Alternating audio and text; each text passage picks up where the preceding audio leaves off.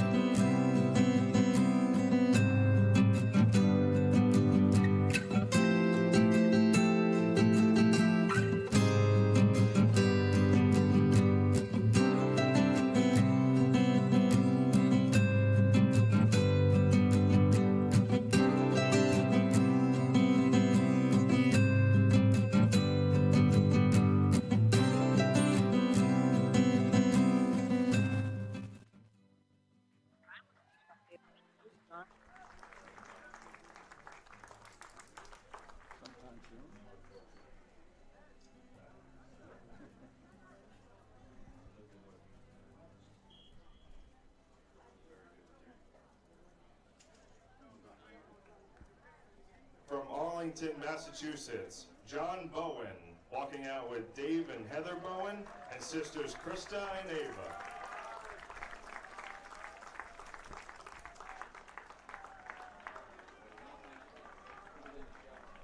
From Cranford, New Jersey, Dylan Budnick, walking out with Tom and Lisa Budnick.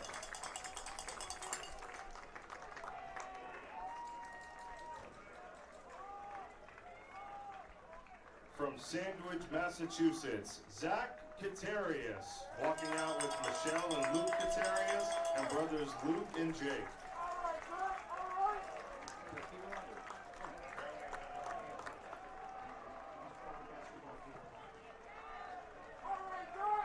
From Smithfield, Rhode Island, Ben Cortez.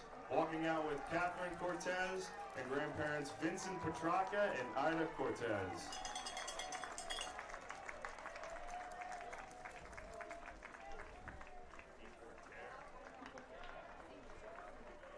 Bernardsville, New Jersey, Bobby DePorter.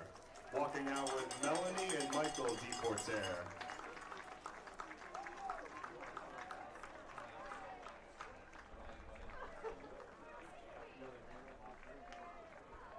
From Cedar Grove, New Jersey, Max DeVivo. Walking out with Lexi and Tom DeVito and brother Tommy.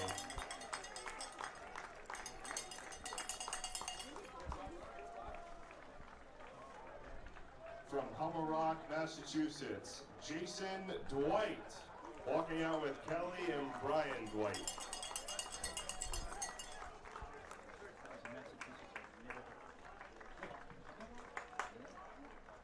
From Dorchester, Massachusetts, Stephen ATN. From Wolcott, Connecticut, Justin Fernandez. Walking out with Lisa and Tom Fernandez and sister Gabby.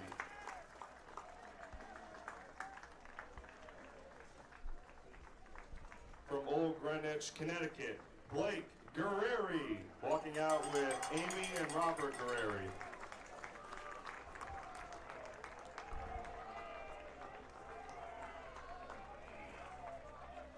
From Milford, Connecticut, Hayden Hume, walking out with David and Kim Hume.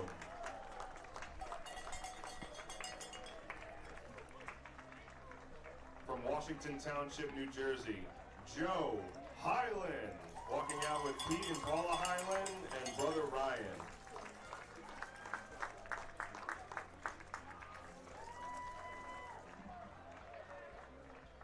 From Hopkinton, Massachusetts, Jake Kelleher, walking out with Mary Ellen and Neil Kelleher.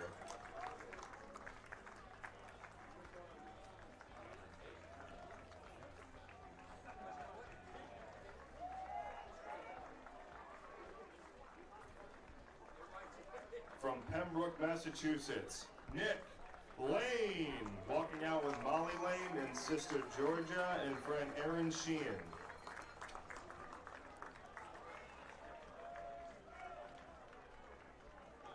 From Ansonia, Connecticut, Michael La Rovera, walking out with Nicole and Constantino Lovera and grandmother Lynn Wallach and brother Jake.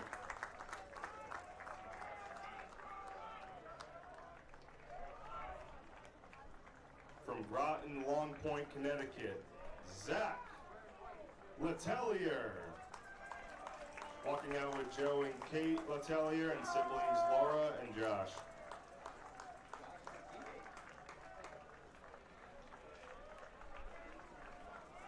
From Abington, Massachusetts, Jack McGuire, walking out with Terry and Steve McGuire and Walter, Jacques, Scott, and Jen Green.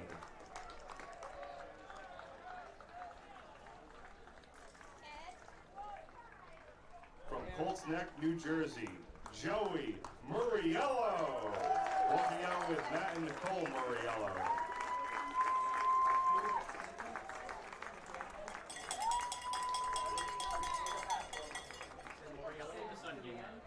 From Attleboro, Massachusetts, Tyler McGovern.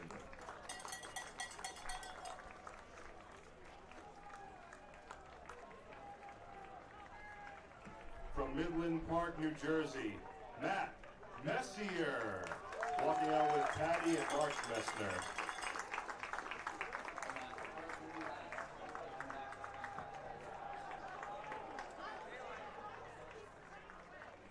From Lynn, Massachusetts, Jacob Miller, walking with Ronald and Kaylee Miller and Debbie Ellis.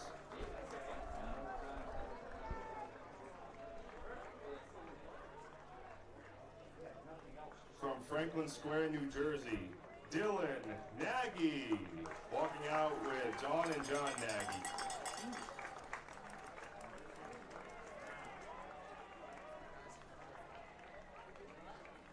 Malvern, New York. Ian Nalapinski.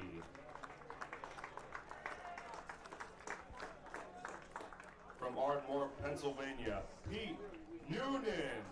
Walking out with Tom and Ann Noonan.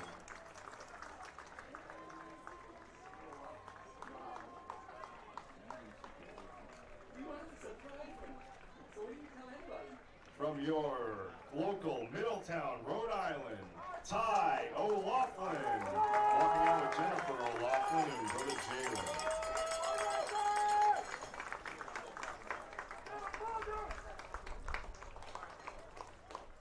From New Milford, Connecticut, Alex Pitzer.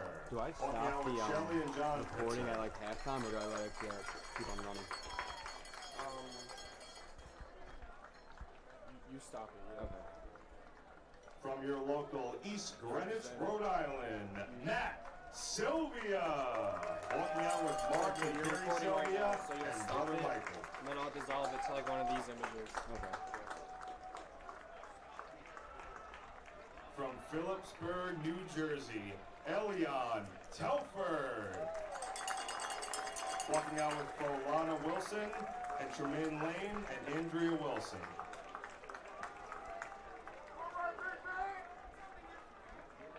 From Plymouth, Massachusetts, Pat Travers. Joined by Scott and Lloyd Travers and brother Brian.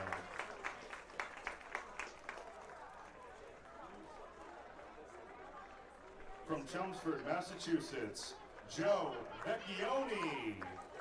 Walking out with Lisa and Mike Vecchione.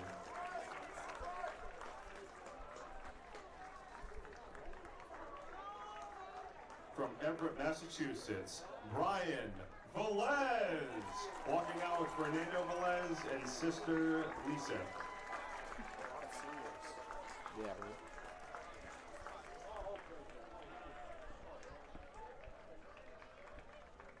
From Loudonville, New York, Franz von Statina.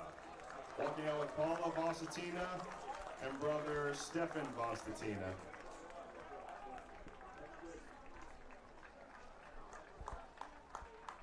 From North Middletown, New Jersey, Connor Welsh. Walking out with Colleen and Chris Welsh and brother Nick.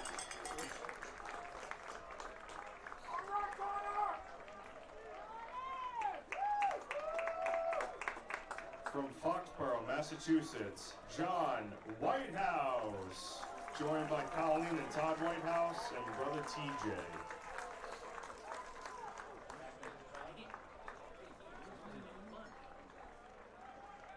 And from Glastonbury, Connecticut, Spencer Annapole.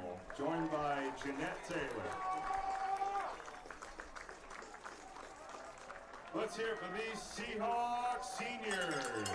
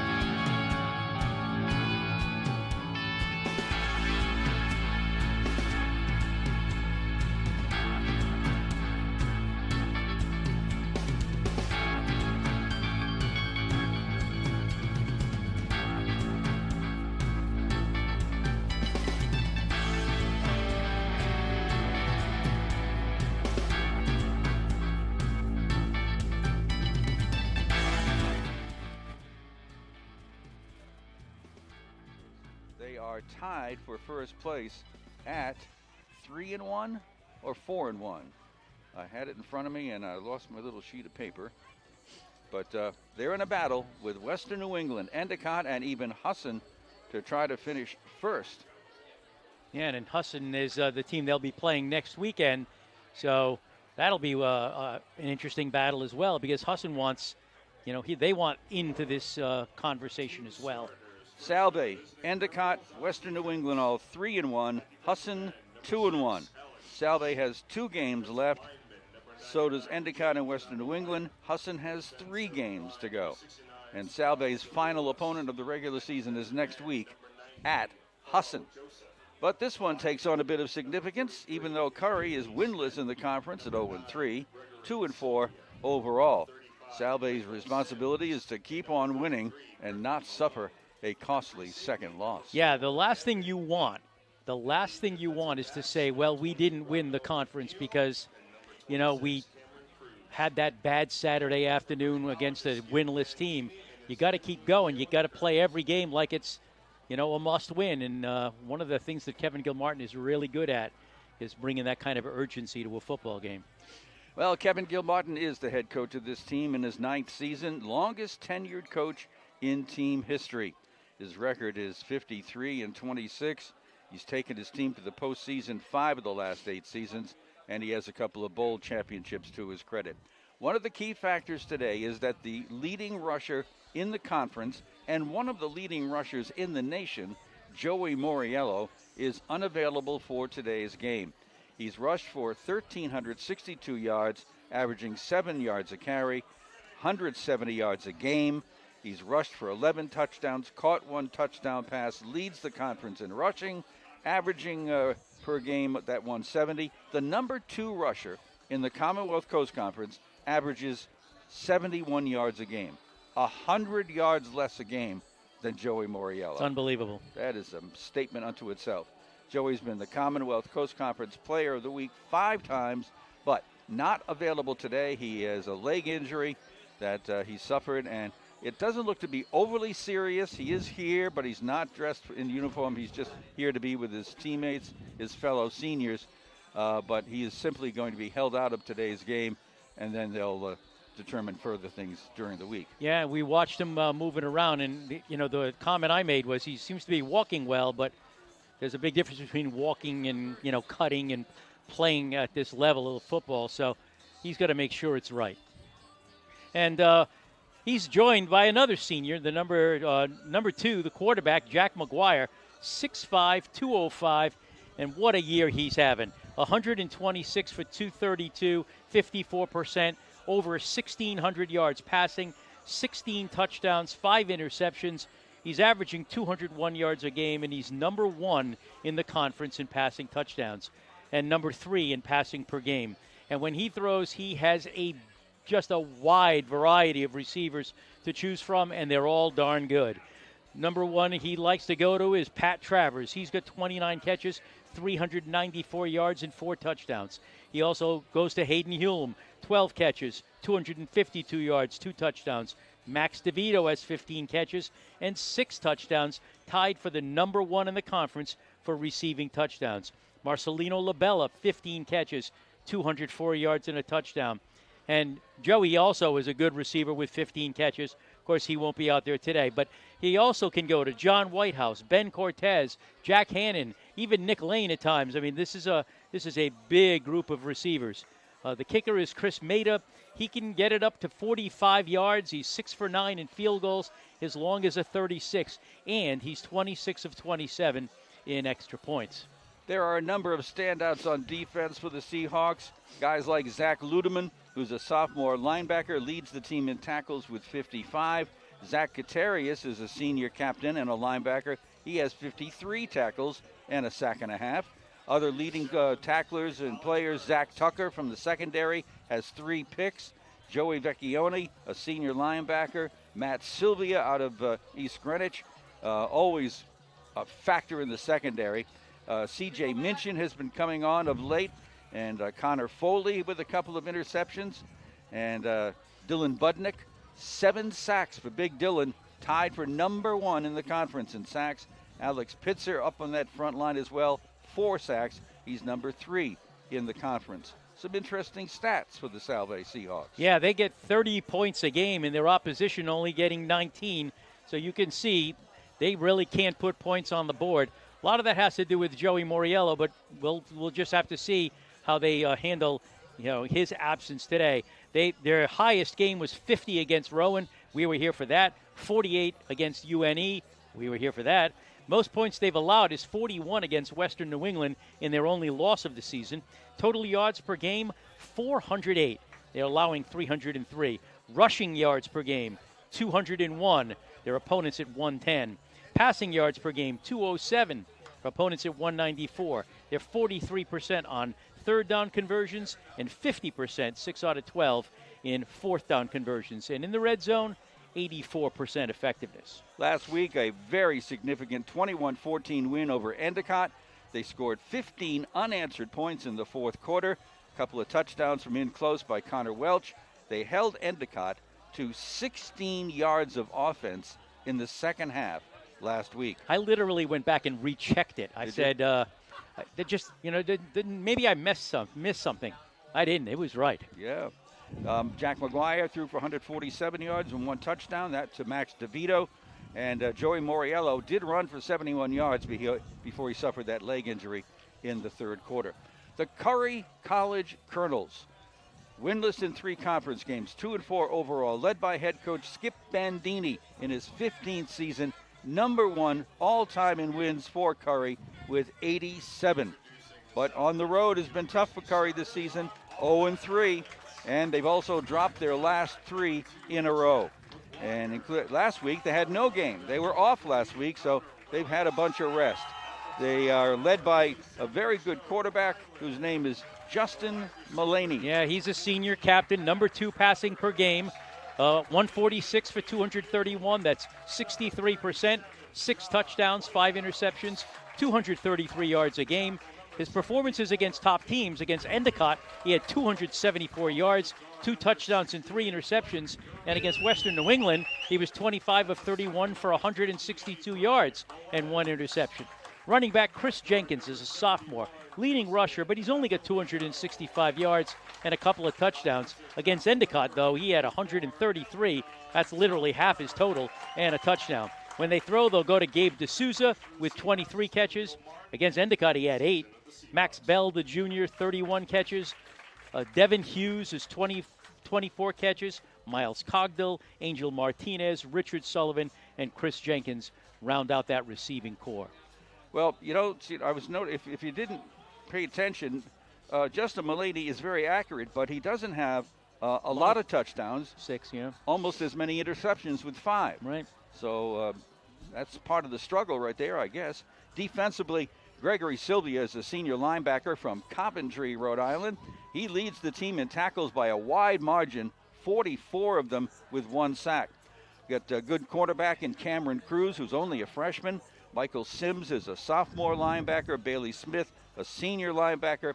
And then there's James Nyamwaya, a freshman defensive tackle who's right up there in the tackle department. And Kevin Pete, a terrific free safety. He has a couple of interceptions. The kicker, Billy Lynch, is 1 of 3 in field goal, only a 27-yarder for that one, 12 of 13 on the extra points. Curry averages about 335 yards of offense a game while giving up 356. They rush for 94 yards per game, giving up 128. Passing-wise, 240 a game compared to the opposition's 228.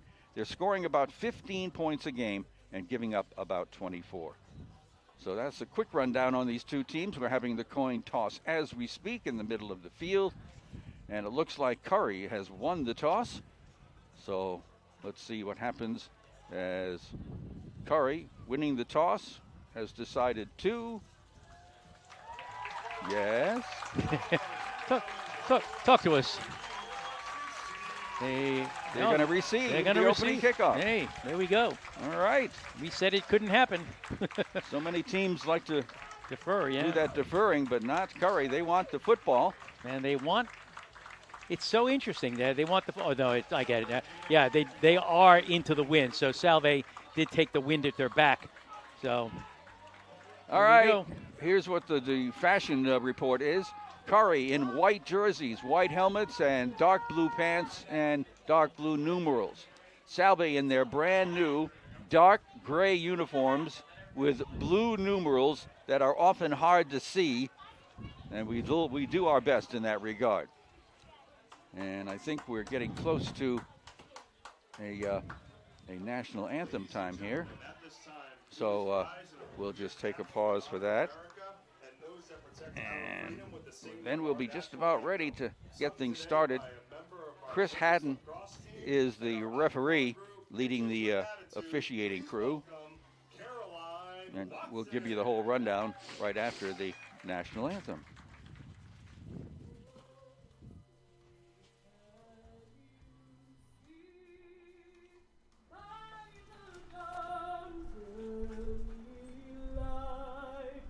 What so proudly we hailed at the twilight's last gleaming, whose broad stripes and bright stars through the perilous fight o'er the ramparts we watched were so gallantly streaming, and the rocket's red glare, their bombs bursting in air, gave proof through the night that our flag was still there. Oh, say does that star-spangled banner yet wave o'er the land of the free and the home of the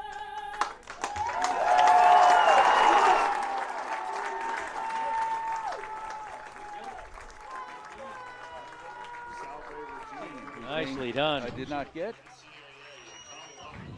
Ed Habershaw. Ed. Her name. Caroline Watson. All right. Well, it was funny because before the game, they had a really nice ceremony with all the families and the seniors on the football team being honored. And we noticed just the absolute incredible amount of seniors that are graduating this year. You know, they were at the center of the field with their families.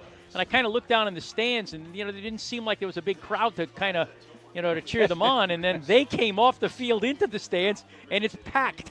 So that group of seniors and their families, that is a huge group, a great group of players. I'm sure Kevin Gilmartin is going to miss each and every one of them. But here we go.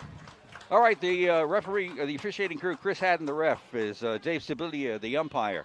Head linesman Anthony Spinelli, line judge Darrell Rawlinson, field judge Michael Trujillo, side judge Ernst Richardson, back judge John Scienkoski. Easy for you to say. All right, with the kickoff for Salve Regina.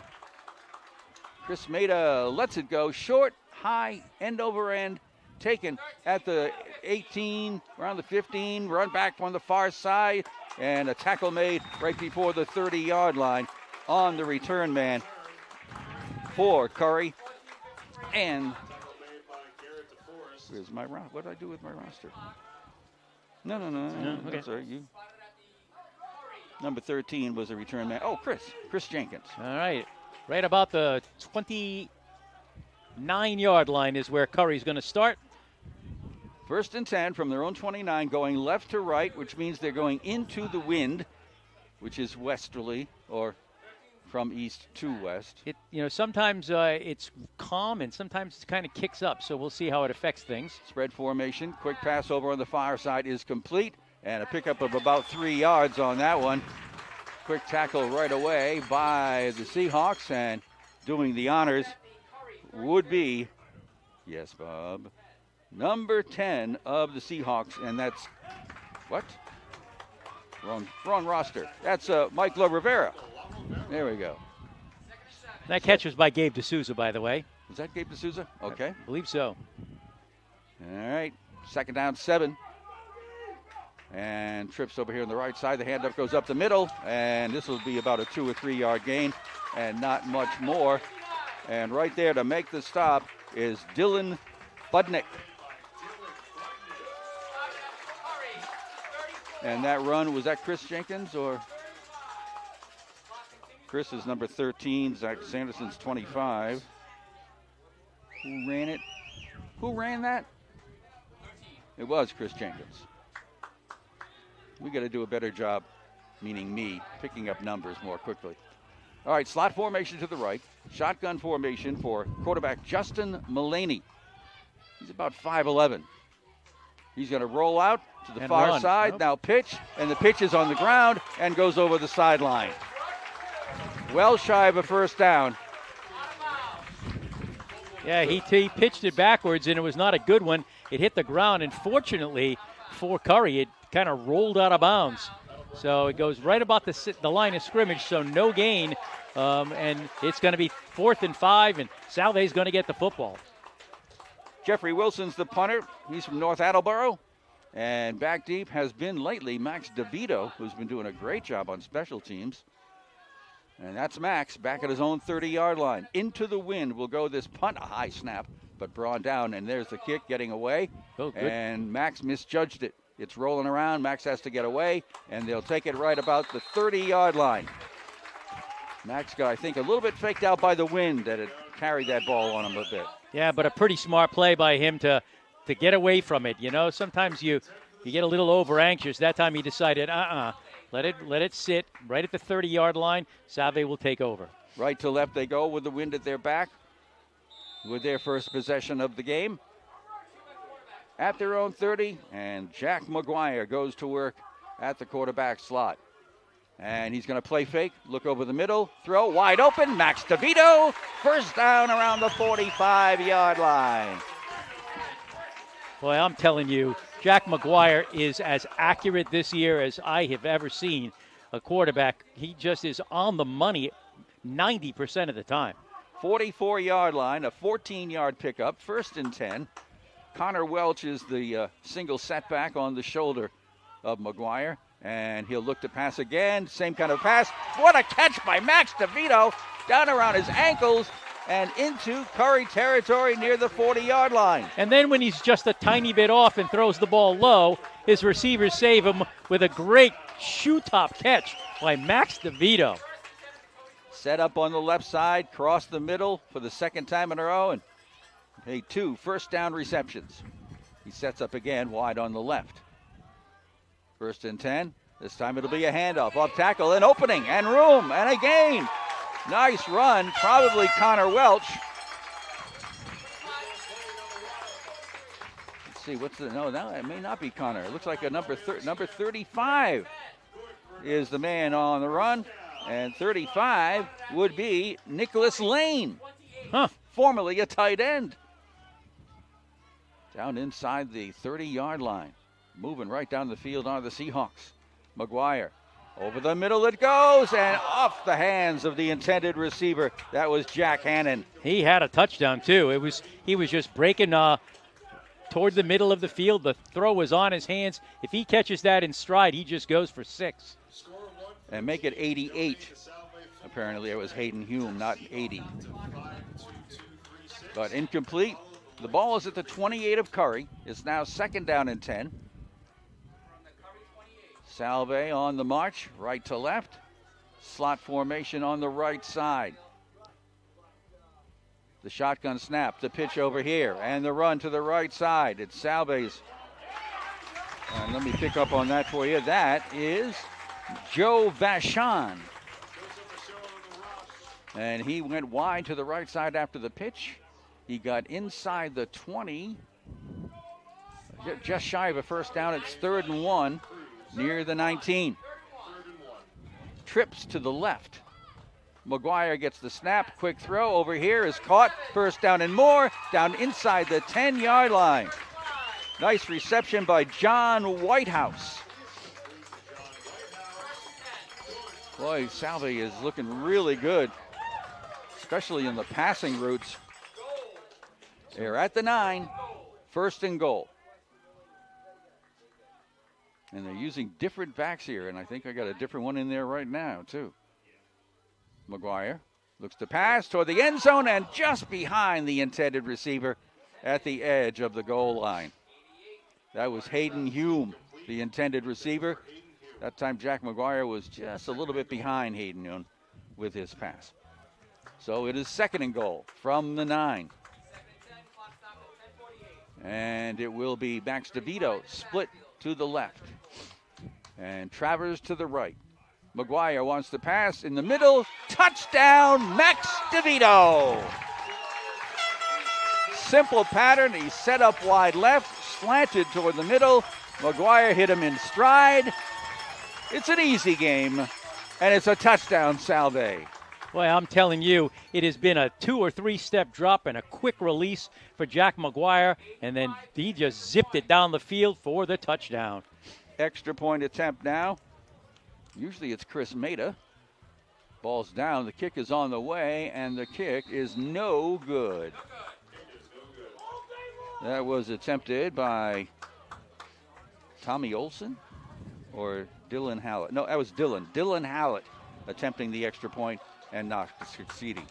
All right, we need to take a timeout, but we only have time for a 30-second timeout. So let's see if we can do that. Well, that one, Max, and then we'll be right back.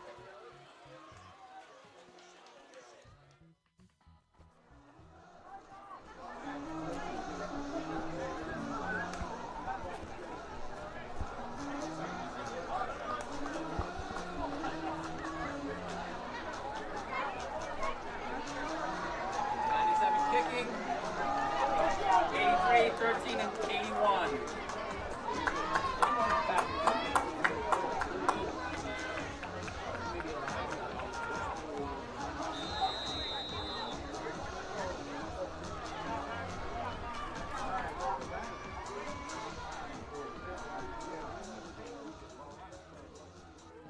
High, end over end kick, fairly deep. Chris Jenkins at the 9, 15, 20, 25, 30, and almost breaking away. Stopped finally around the 41-yard line. Excellent return that time for Chris Jenkins. He just took it up the middle, had some good blocking, got over the 40 to about the 41 or 2. And they'll put it down at the 42-yard line. 1st and 10, Curry now trailing 6-0. Coming out in a trips formation to the right side, single wide to the left. Shotgun formation, single setback is Chris Jenkins. And the snap to Mulaney is a play fake. He's looking to throw over the middle, and it's caught in Salve territory. Nice pass, nice execution, and the man on the receiving end is going to be TJ Saddam. He was open too, just about 10 yards downfield. 43-yard line of Salve. 1st and 10, Curry, their first down. Trips to the right again. Still Jenkins in the backfield behind the shotgun quarterback, and that's Mulaney, Justin Mulaney. The snap, quick pass over here, and again it's to Saddam, and he'll be stopped, stood up, and pushed down at the 41-yard line, a gain of 2. All kinds of Salve tacklers in there, led by Zach Ludeman. It'll bring up 2nd down and about 8, right near the Salve 40-yard line. Out to center, the ball is Daniel Labandini, 6 foot, 290-pound center. Trips to the left in this formation. And Saddam is a lone wide out to the right. Pass goes over the middle, deflected and knocked around. That looked like a tip drill that time. First it hit a receiver, then a defender, then a receiver, then the ground. Almost picked off by the Seahawks' Francisco Aguero. That was like a, what do you call those? Not ping pong balls. Yeah, my goodness. That was up for grabs. Yeah, it was. Really, 3 players got their hand on it before it hit the ground. 2 of them were Salve players. Third down, a little bit more than 7 for Curry at the Salve 40. Slots left and right in this setup. Salve shows them a 3-man front. And Mulaney is looking around, gauging the defense. Gets the snap, looks to throw. Down the field, overthrows his intended receiver. And that is Saddam again, TJ Saddam. Well, it is going to be 4th down and 7, and they are going to bring the punt unit on. They'll try to set up the Seahawks deep in their own territory here. And once again, Max DeVito goes back. He'll stand on his own 10-yard line, awaiting the punt of Jeffrey Wilson. 6-0 Salve, first quarter action, 9:09 left to go in the opening quarter. Snap is there, kick is on the way. Fair catch called for by DeVito at about the 12 or 13-yard line. So the Seahawks get it back, still haven't given up any points, and go back to work led by Jack McGuire. So they'll start at their own 12-yard line. One of the things that we kind of discussed briefly was, Salve can't overlook this Curry team just because they're winless. And so far, they seem to have not done that, as they've come out very, very sharp here in the opening minutes. At their own 13-yard line, they go to work. And they put Hume out wide on the left side, Travers wide on the right side, and it will be a run over off tackle on that right side. And some room opened up over there to the 20-yard line. And let's see which one of the running backs it was this time. Is that Connor Welch? It is. Connor Welch got the carry that time. And he got 7 quick yards. It'll be 2nd and 3. Connor's first carry of the game. Right on the 20-yard line for the Seahawks, who go right to left here in this first quarter with the wind at their back. At the moment, it's a pretty light breeze. Notice how we haven't mentioned the weather. We're not going to. Okay, so noted. The snap, the fake handoff, the throw over the middle, caught by Hayden Hume, and he was double covered, grabbed it at the 35-yard line. And he was double covered, but Jack McGuire threaded the needle out to the 36. Pickup of 16. Salve seems to be able to do what they want in the passing game, as they continue to be very effective thanks to the accuracy of one Mr. McGuire at their own 36. This time it'll be a handoff. Trying the right side again is Connor Welch, I believe, up to about the 40. It was Connor. Over on that side, blocks are thrown often by Pete Noonan, a senior captain, by Blake Guerreri, who gets in there often on that right side.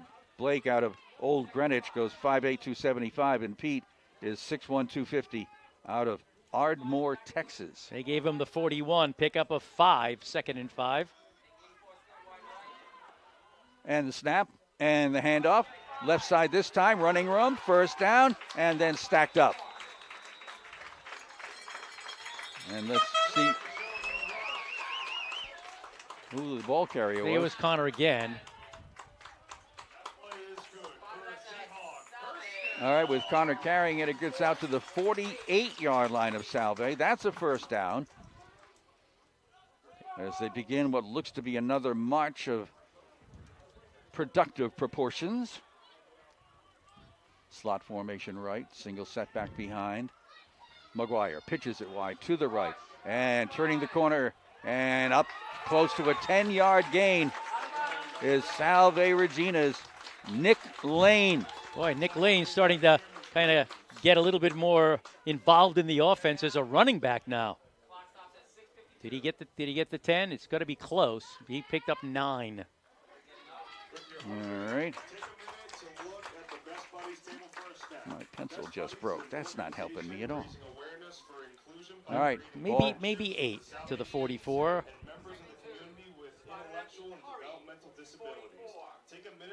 So, Salve leading, 6:52 to go, first quarter. They are second down and about 2 at the 44 of Curry. They've pretty much dominated everything so far. It's only 6-0, but it really does feel like Salve's really settled in here. All right, slot formation to the left this time. Snap. McGuire looking, throwing on the near sideline, and grabbed at the 40, at the 35. Max DeVito down to about the 31-yard line.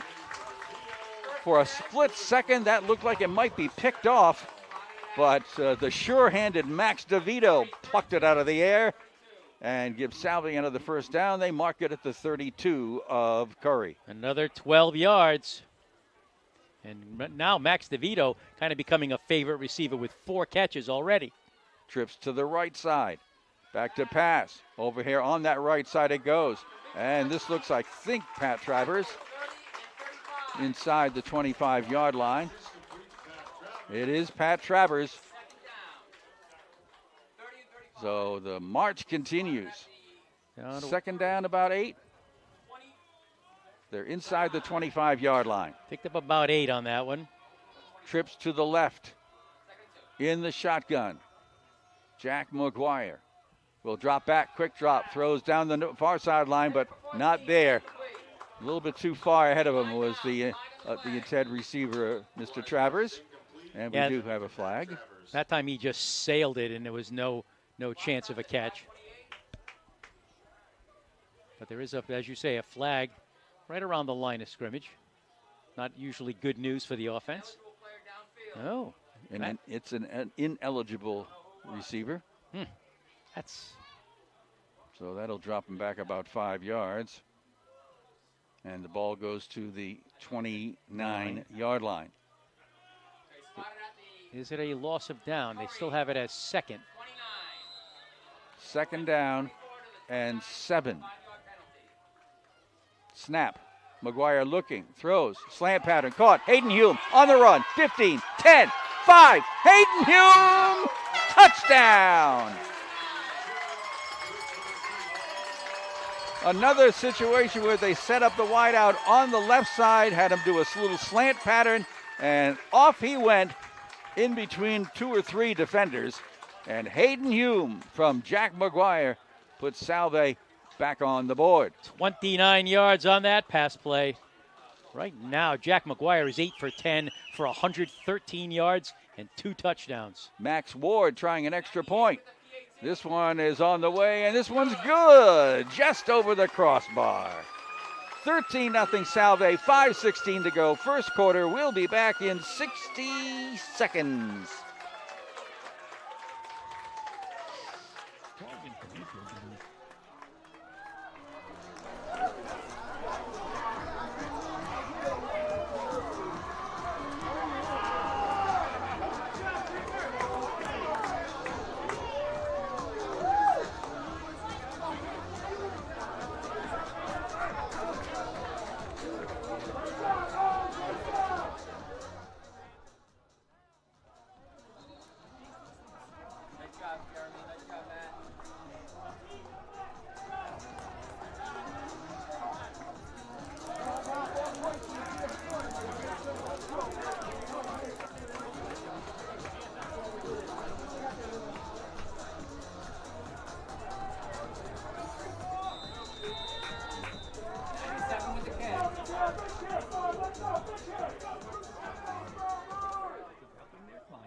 From where they are to where they want to be. The kickoff goes to Chris Jenkins. No, it isn't Chris. It's somebody else who went all the way back to the goal line practically and gets out to close to the 20-yard line on the return. Angel Martinez. It's a catchy name. It is. And a nearly 20-yard return right there. Yeah, he had to go back as that ball sailed. He got back to, right as you said, right around the goal line and ran it back out to about the 20. Mateo Marasco with that kickoff. It just sailed. He had the wind behind him, and that helped. Boy, they're not even giving it. What are they doing here? Oh, there's a penalty. There's an illegal block on that play. So it was at the 20. In fact, that flag is way over on the other side. Oh, yeah, yeah. And so they're going to mark it back from the point of infraction, and they're going to start at their own 6-yard line. So get just a bit tougher right here. Whoa. On the Curry Colonels. So quarterback Justin Mullaney goes to work. He's a senior from Danvers, Mass. And he's got Chris Jenkins is halfback behind him standing on the goal line. Yeah, he sure is. Snap, short drop, the pass out here on the near sideline, and a near diving catch made out there. Terrific effort on the attempt there by Miles Cogdell. But that really was a good effort. He just stretched out. It got to the fingertips, but there's no way he could make that catch. It was just a little bit too long, but he was well covered, so you couldn't throw it, back shoulder either. 2nd down and 10. Yeah, from the 6, this is dangerous territory for Curry now, because they could be, if they don't get a first down, they could be punting at best to midfield. Working from almost a pistol formation here. 1-step drop, pass over on the far side is caught, and bringing it in is Richard Sullivan. And he'll be close to, but not quite to, a first down as they mark it at the 14-yard line. So he picked up about 8. Got a little bit more than 2 for a first down here on 3rd down. By the way, up on the front line for Curry is the right guard, Josias Roman, 6'5", 350 pounds. Oof, that'll take up some space, huh? Yeah, he's from Brockton. All right, here's a 3rd down and a little more than 2. This is a big play for Curry. Man in motion goes to the right side. Back to pass. Mullaney looking, pump fakes, is in trouble. He's going to run, he's going to throw, it's overthrown. Matt Sylvia with the interception at the 20, at the 15, brought down inside the 15-yard line. Mullaney overthrows it just a bit, and waiting for it was Matt Sylvia. And Salve is going to be in superb field position to add on to their 13-0 lead. My goodness, that was just a little bit overthrown, and Matt Sylvia was right where he needed to be. And now Salve is at the 15-yard line. That was about a 13-yard return by Max to get to the 15. And Salve knocking on the door, and they might put this thing away early the way it's going. Matt Sylvia out of East Greenwich with the big play. He's a graduate student getting in his final year. And back to work goes the Salve offense. DeVito wide left. It will be a play fake, throw in the middle, end zone. Oh my goodness. Diving catch for a score. Pat Travers. Pat Travers was wide on the right and headed for the end zone in a post pattern.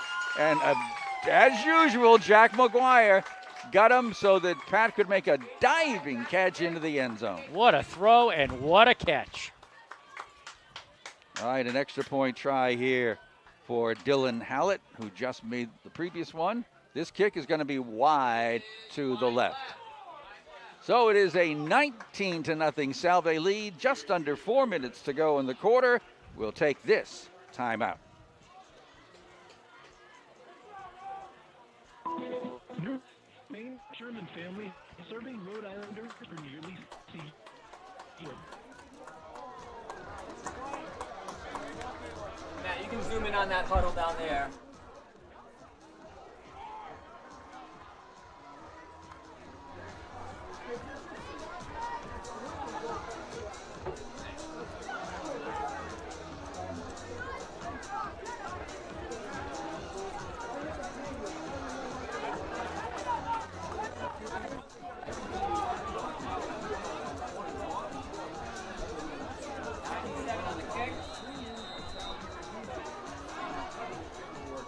By Matt and computer work by Jeremy over here.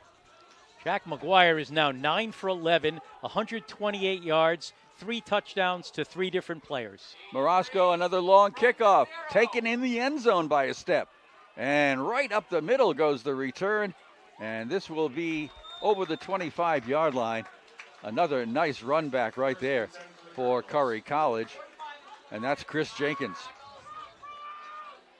But Mr. Morosco, with the wind at his back, is sailing those kicks down. Right, that's 2 in a row that have gone to the end zone. So they will start somewhere around the 27, 28. Well, 28 maybe. Justin Mullaney goes back to work at quarterback and sets him up in a spread formation with slot backs left and right. They've got to find something that works now. Man in motion to the right. Quick pass over here to the man in motion. And nowhere to go for Richard Sullivan.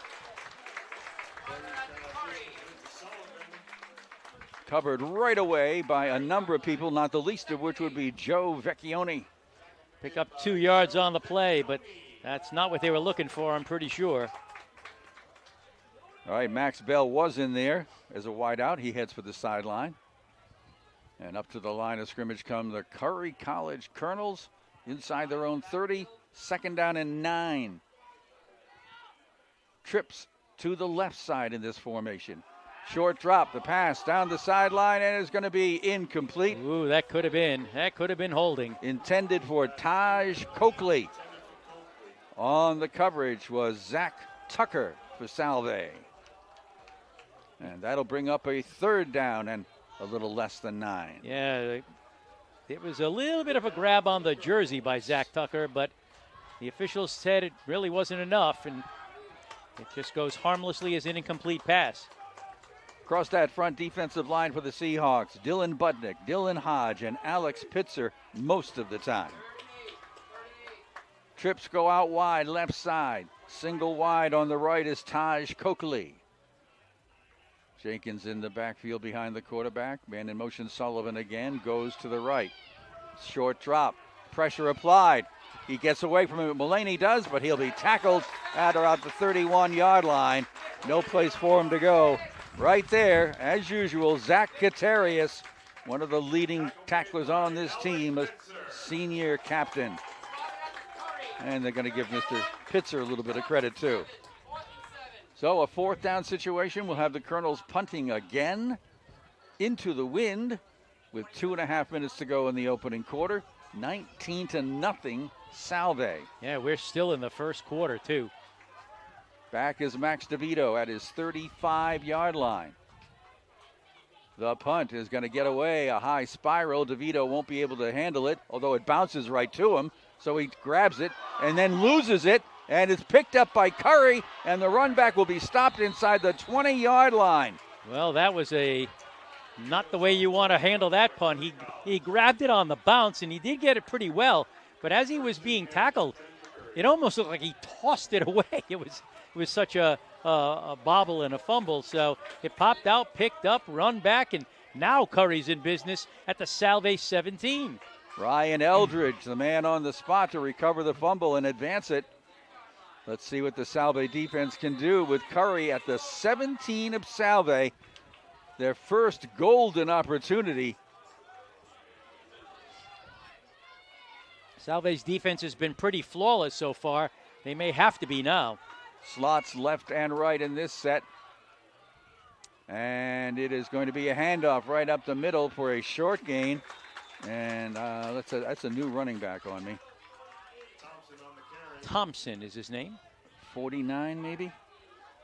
Let me double check on. Yep, Edison Thompson. The running back got to the 14-yard line. Picked up 3. 2nd down and 7. Trips to the left. And out wide is TJ Saddam to the right. Thompson stays in as the setback behind the quarterback. Rolling is Mulaney, fakes the pitch, keeps it, gets inside the 10, brought down around the 8-yard line. Getting in there in a hurry to help bring him down was Salve Regina. Who was that? Zach Ludeman was 1. Also getting in there was Pasquale DeStefano. 5-yard pickup that time for Mulaney. It's going to be 3rd down and 2. Justin Mulaney is, not a big quarterback by any stretch. 5'11", 170.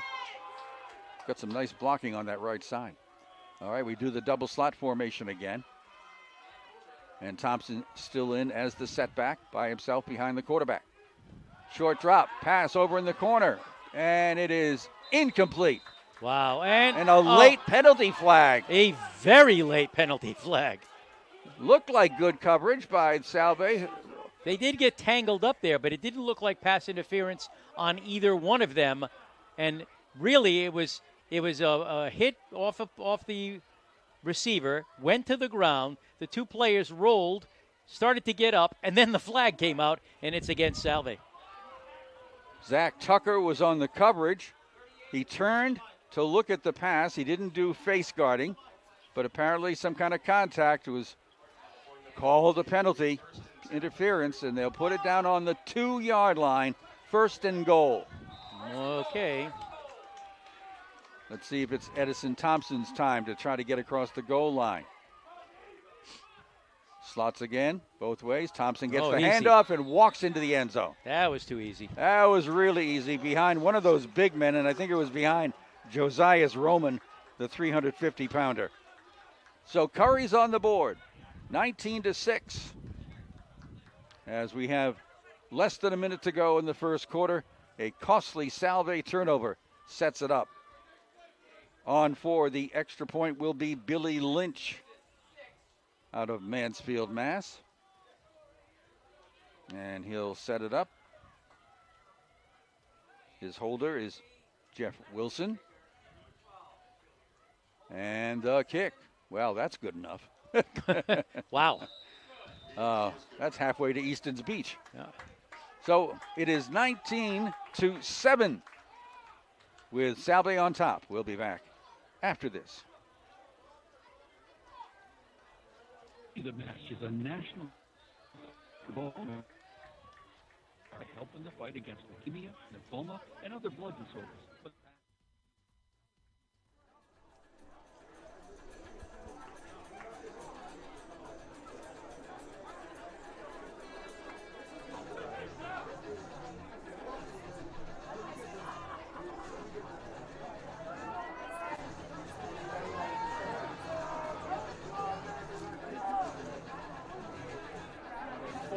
Seconds on the clock.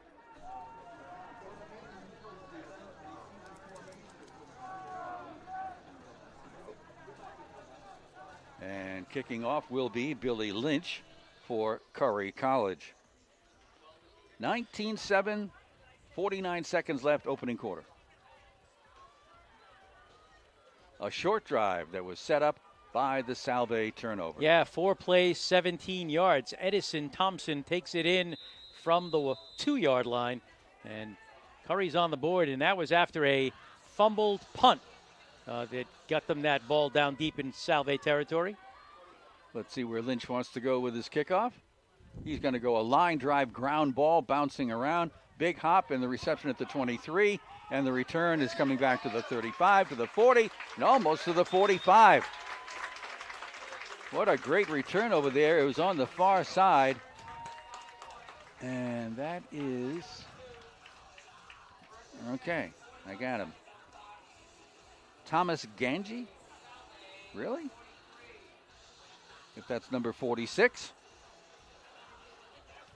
Setting up Salve, 1st and 10 at their own 43-yard line with the final few seconds with the wind at their back, which is part of the reason why they've been throwing the ball so much.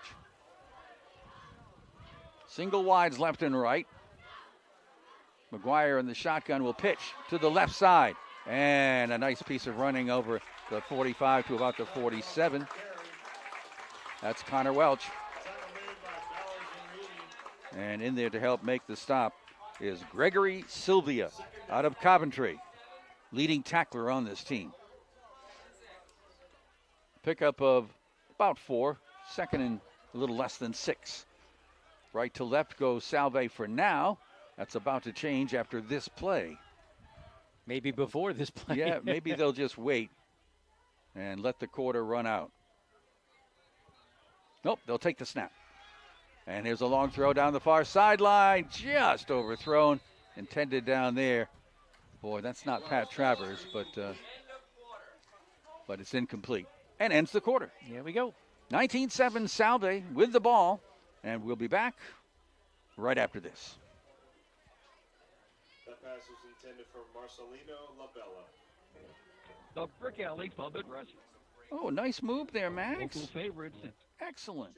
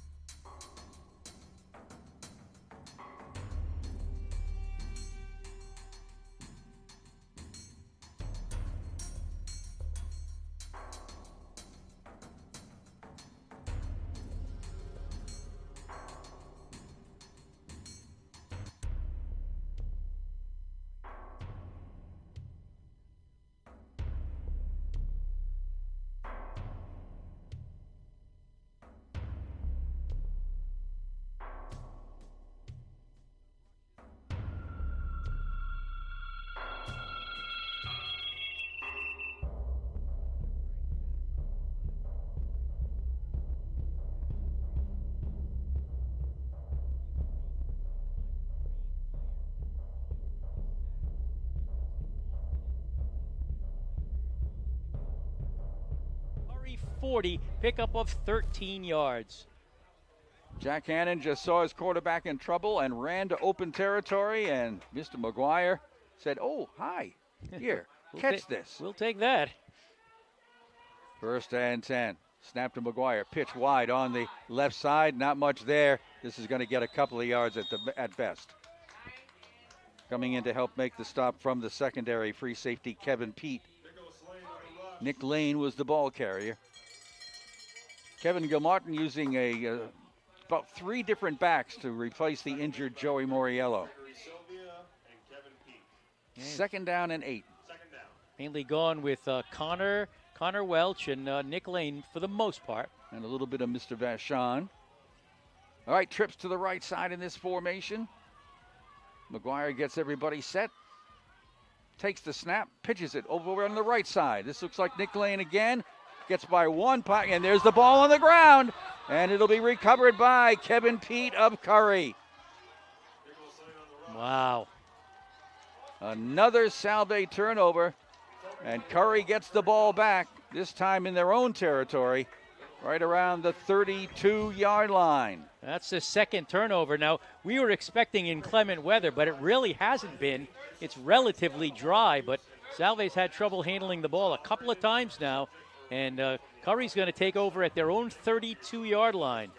That was Nick Lane making some extra effort to try to get a little bit more yardage, and he just lost the handle on the ball. Right to left go the Colonels now. Down 19-7, early 2nd quarter. Ball at their 32-yard line. And the handoff. Rich Jenkins gets to about the 36-yard line before he's brought down. And in there initially to help make the stop was Salve's Lucas Moynihan. So from the 32 to the 35, a pickup of 3. Chris Jenkins with his 2nd carry of the day. Salve on top, but a couple of turnovers. They led to 1 Curry score. Let's see if this second one damages. Yeah, you can't get sloppy.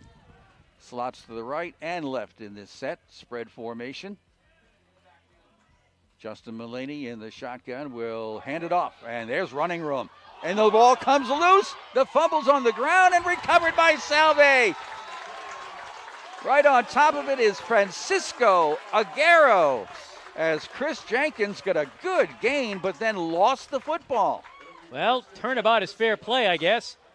Salve's going to get the ball right back at about their own 47-yard line, depending on where they put it. That's right there. where they put it. It's exactly there, yep. So right back to work goes the Salve offense.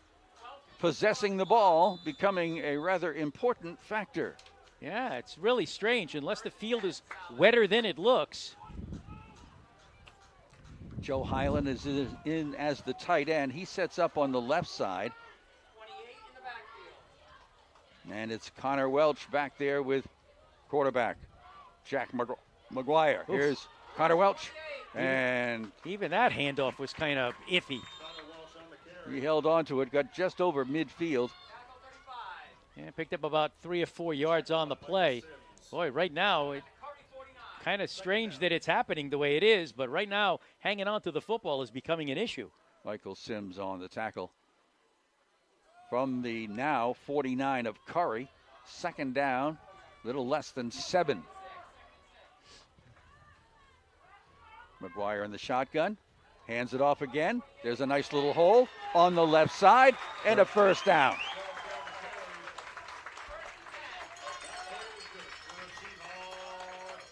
And who was that?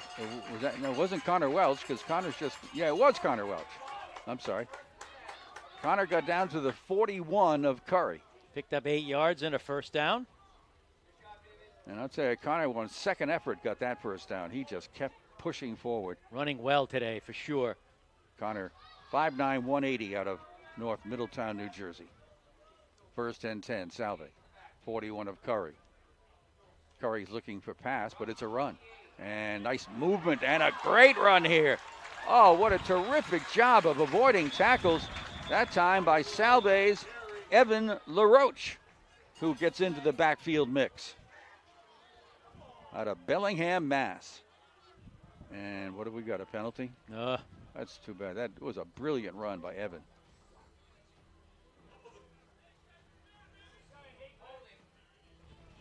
It's a penalty against Salve. Yeah, I think it's a holding call. So instead of a nice gain way around to about the 30, Salve's going to get it back in their own territory. Back at about the 49. Yes. Yep. So it'll be first down, but it'll be first down and 20. The wind is coming at Salve, and the breeze has picked up to a pretty good velocity. Let's see if Jack and the offensive coaches decide to throw here. Well, if I were going to throw, and believe me, I'm no Kevin Gilmartin, I'd make it a short pass route anywhere around. And it will be a handoff. And this is LaRoche again, trying to run, but not getting very far. Stopped after about 2 or 3 yards. Nice job by the Colonel's defense there to pack it up. Yeah. Getting up from the bottom of the pile is James Nyamwaya, 300-pound, 6'5" defensive tackle from Andover. Yeah. Gave him about 4 yards on the carry. Pretty generous spot. So it'll be second down now, and the ball right near the 47 of Curry. They've got to get down to the 31 for a first down. This almost dictates a pass with trips to the right. Back to pass McGuire. He's going to throw near sideline and caught! Unbelievable. Oh, what a great catch again by Jack Hannon. There were at least two defenders in front of Jack, but McGuire's pass was so accurate, he was the only one who's going to catch it. I mean, he just lofted it to a spot, and Hannon got to the spot, to the 35, a pickup of 12. It's still going to be third down, but a lot more manageable now at 3rd and 4. They're at the 35 of Curry. I would take this as 4-down territory. Trips to the left.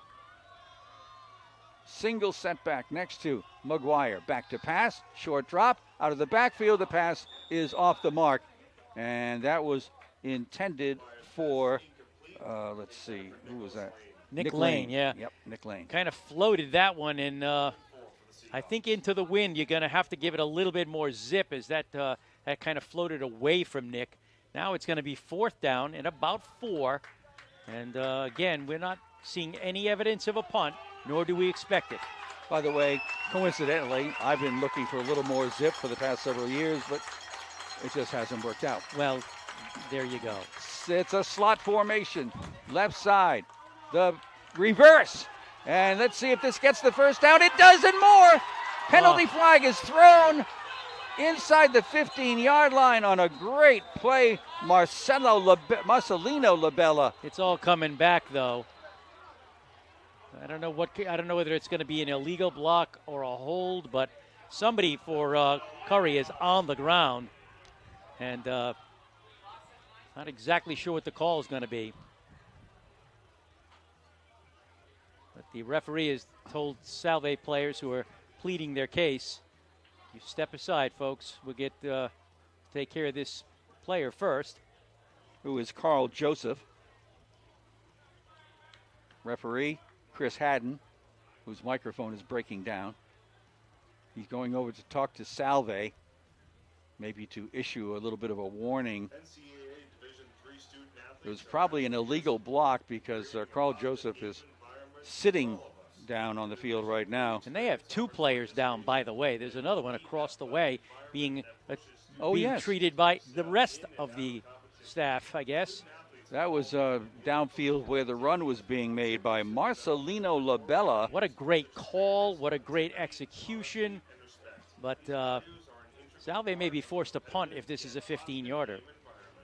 Marcelino had set up wide on the right side, then came around to go left in the reverse mode, took the pitch, and got some great yardage, but apparently aided by an illegal block. Yeah, we'll see what the call is. It is a personal foul against Salve. I guess nothing more.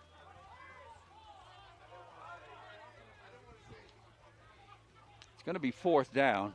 Yeah, they're going to have to punt because this will go back 15, get them in their own territory. Didn't quite understand the nature of the exact foul call, just that it was a personal foul. The ball ends up back in Salve territory at the 48. So some form of illegal block. So this will be a punt for Salve. They lead 19-7. 9:50 remaining in the half. And being helped off the field is Carl Joseph by a couple of his teammates, keeping the weight off of his left leg. And the other injury on the far side must have been less serious because we didn't see much evidence there. But here we go. There will be a punt. And back for Curry will be Taj Coakley. And the punt into the wind will be stopped by the wind and get out of the way as it just bounces straight up in the air and covered by Salve at about the 37-38 yard line. Boy, when you get a punt that short, you almost say might as well have gone for it. It was only about a 15-yard punt. That wind it clearly picked up. This is where you need to be punting line drives, yeah, and not high pop-ups. Well, from their own 37-yard line, Curry ready to take over. Wind now definitely picking up. Going at the back of Curry. Yes, going east to west from Middleton Ave to Freebody Street. Mulaney in the shotgun, trips to the left, and the handoff goes straight ahead to Jenkins, who gets a couple of yards, maybe 3 to about the 40-yard line. Chris Jenkins, 5'9" sophomore, 190 pounds, out of Hyde Park, Massachusetts. Second down, 7. Up on that front line as well for Curry, Matt Riley, 5'10" senior from Braintree, 240-pounder. Tommy Agliata is a 295-pound tackle on the left side, 6'5". Man in motion to the right side. That's Sullivan. The snap. Looking. Mulaney doesn't see an open receiver. He's going to run. He's got a little bit of room. Ball's loose. Salve's going to recover it, and it's going to be Francisco Aguirre again. Penalty flags thrown after the play is over. I have a feeling this one is going to go against Curry. Somebody got in there late, but Francisco, my man on the spot. Let's see who the penalty is on. The conversation isn't over yet. The ball is on the Curry side of the 50-yard line. I think someone was trying to grab it out of Aguirre's hands on the ground and might have grabbed jersey or helmet or something. Well, one of the Salve players then took that guy and pushed him out of the way. Okay, so what are we gonna get called? Either way, it's going to be a turnover, I'm sure. Mr. Haddon's microphone is not working. Dead ball foul. Personal foul against Salve. Wow. That's probably for the retaliation after a late personal foul. Curry. Offsetting. So we were both right. So the ball's going to stay where it is, I would assume. It sure does look like it. Right at the 48-yard line of Curry. Because it was a dead ball foul. So the ball stays at the 48 of Curry. 1st and 10, Salve. The turnovers are starting to multiply. Yeah, very strange. Fumbles everywhere. And we're not used to seeing a Salve team or even in their Salve games where there's a lot of fumbles. And right now there's been a ton of them. They go left to right into the wind here in the second quarter. Pitch goes wide. Trying to get around the corner is Nick Lane. No, not Nick Lane. That is Joe Vachon trying to run wide to the left side. Whoever it was did not turn the corner. Might have got a yard. If not, no yardage. Yeah. 0. 2nd and 10. 2nd and 10 for the Seahawks. This game had a rhythm early on when Salve was kind of sort of snappily moving it down the field, but it has really lost that rhythm with the fumbles and it just doesn't seem to have any flow anymore. Nick Lane is now in, and he's not going to set up as a tight end. He's going to set up as a wingback on the left side. Set back next to McGuire, who fakes the handoff, throws the pass on the run, and nearly picked off by Curry, and it falls incomplete. It was intended over here for, I think, John White. No, that's not John Whitehouse. That is Joe Highland. And Kevin Pete nearly got the interception as he got his hand on it.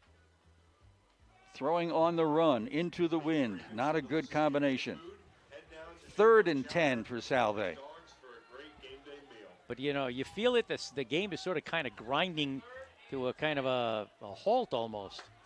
7:53 to go in the half. Salve 3rd and 10 at the 48 of Curry. Again, working into the wind, and the breeze has picked up. Play fake. McGuire is going to keep it. He's going to fake it and run with it. 40. He's got the first down. McGuire brought down at about the 42-yard line. That's more than enough for a Salve first down. I don't know what's happening here, but I guess there's no flag. I thought I saw something happening, but nope. So picks up 11 yards to the, actually 12 yards to the 36, and a first down. Pretty smart play that time by Jack McGuire. Not known for his running. No, and he was very tentative with it. I mean, he wasn't gonna take on anybody big. He just decided, hey, I can get this, and he did. 36-yard line of Curry is the line of scrimmage. Trips wide to the left side. Jack McGuire, 6'5", gets the snap, throws on the far side. It's caught. 35, 30, block, 30, 25, close to the 20-yard line.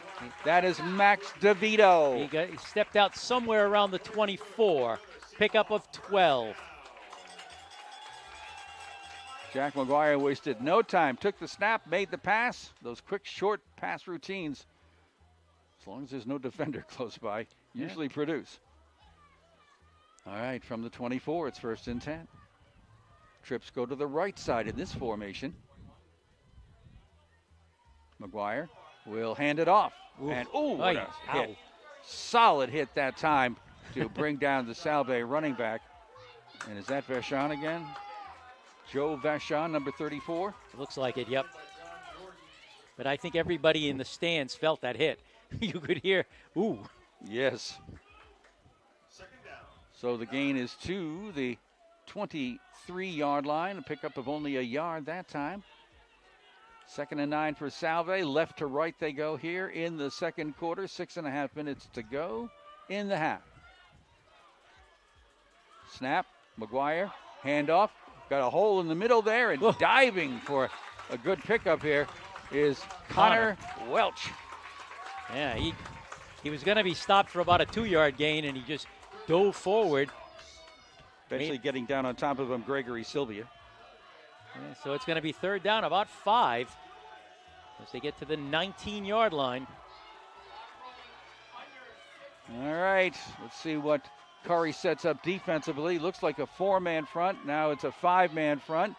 Yeah, they're expecting a run, I think. They're backing off. 4-4 alignment. McGuire wants to pass. Throws on the far side. It is caught right over a defender. It must be Pat. No, that's Max DeVito. Oh, wow. And he got across the goal line. That's a scoring pass. I thought it was just short of it. Wow. Touchdown catch. Beautiful catch by Max DeVito, who leads the team in touchdown receptions. Well, just a beautiful throw and a great pair of hands by Max DeVito. And what an afternoon he's having. Extra point kick by Max Ward is good. Salve increases its lead to 26-7. 5:42 left in the half. We'll take a brief timeout and be right back with you.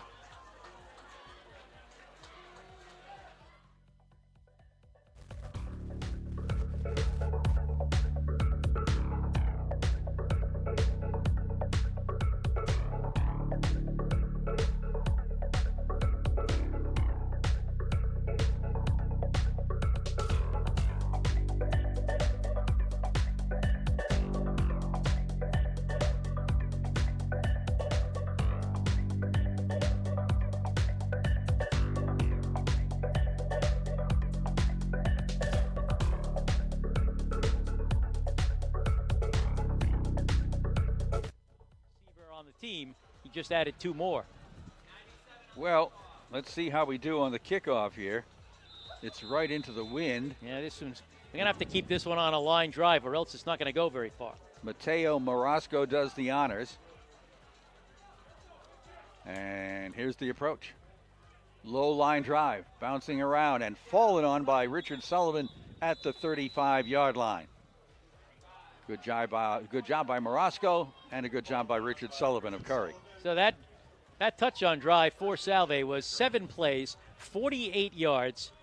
And with 5:42 left to go in the half, Max DeVito takes a 19-yard pass from McGuire. The kick was good. Salve now leads 26-7.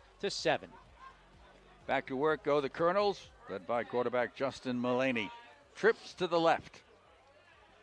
Single running back behind Mullaney is Chris Jenkins. And it will be a pitch to Jenkins on the right side. Cuts inside one tackler, picks up a couple of yards.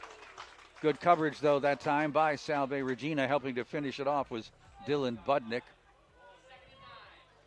Picked up a yard to the 36. It'll be 2nd and 9. 5:22 left to go in the half. Salve would like a stop and the ball back before the half because they'll be receiving the second half kickoff. And you know how they love to double up like that. TJ Saddam splits out to the right side. Trips go left, including Max Bell in the middle. And it will be a play fake. The pass is deflected and hits the turf. Nice job that time. Got the hand up. And getting in there was Zach Gutierrez to deflect it. The following vehicle must move immediately. A white BMW. And it'll be a 3rd and 9 at the 36 of Curry.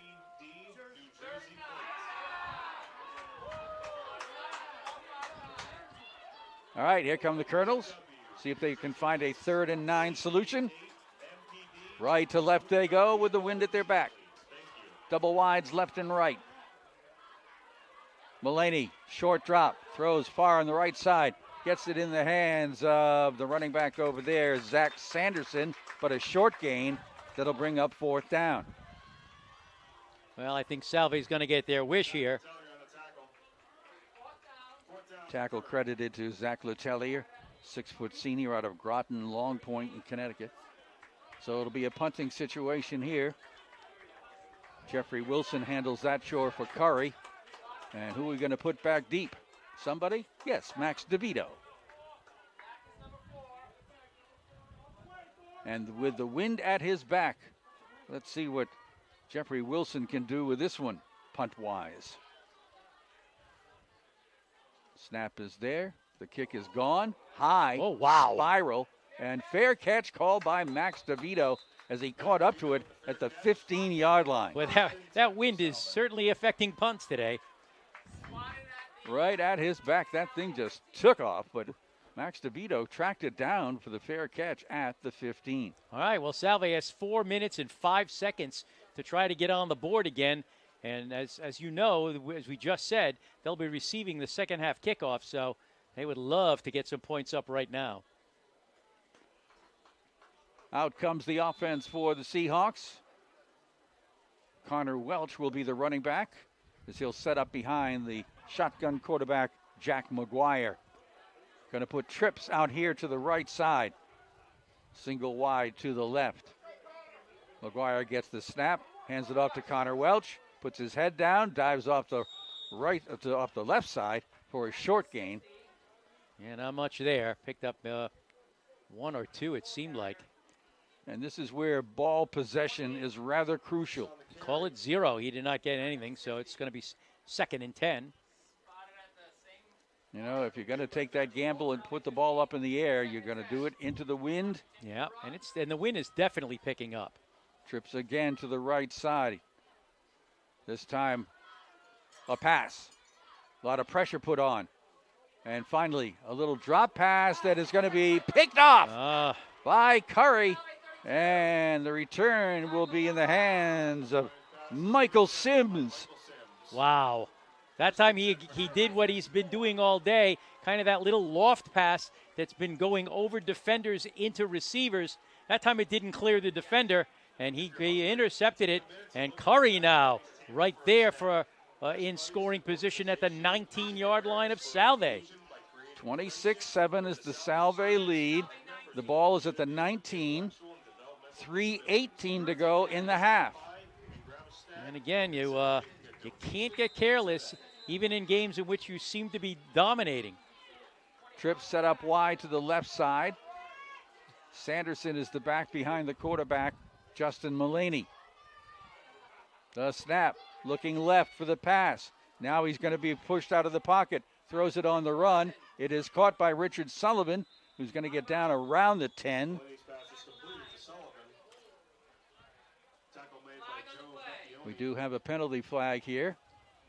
There was a scramble there by Mullaney, and he had some help from a hold. Yeah, I was going to say where that flag is. That's usually what it is, right there at the line of scrimmage. So that'll push the Colonels back a bit, kind of slow down the momentum. All kinds of turnovers by both sides here in the first half. Yeah, fumbles, interceptions, just not. It started out as being sort of a crisp game, and I was actually thinking, we were worried about weather, but everything's looking really good. But then all of a sudden, it just started getting kind of very ragged. So first down at the 29-yard line. First down, and they got to get inside the 10 for first down. First and 20. 20. Trips to the right side. Snap. Mullaney looking right. Being charged. Throws incomplete. Trying to get it to a little screen play to Zach Sanderson, but great pressure applied that time by Salve to really make it tough on Justin Mullaney. Yeah. And the man who applied the pressure was Alex Pitzer. Yeah, there's no question about it. You want to release your block on a screenplay, but sometimes you release it so early that the quarterback doesn't have time to set, and that's what happened that time. And he ended up throwing it away. Well, not away, but he floated it to the ground. 2nd and 10. By the way, the secondary for Salve: Connor Foley, Matt Sylvia, Francisco Aguero, and Zach Tucker. 2nd down and 20. From the 29, penalty flag from way downfield, a delay of game call against Curry. So we'll go back and start this one from the 34-yard line. And now it's getting a little ridiculous because it becomes 2nd and 25. It's a long way to go for a team that has not really had that much offensive success today. Looking at Joey Moriello. Back and forth on the sideline. Oh, my. Not available to play today, but he'd love to be out there. Absolutely, yes. Double wings. Man in motion to the right. Snap.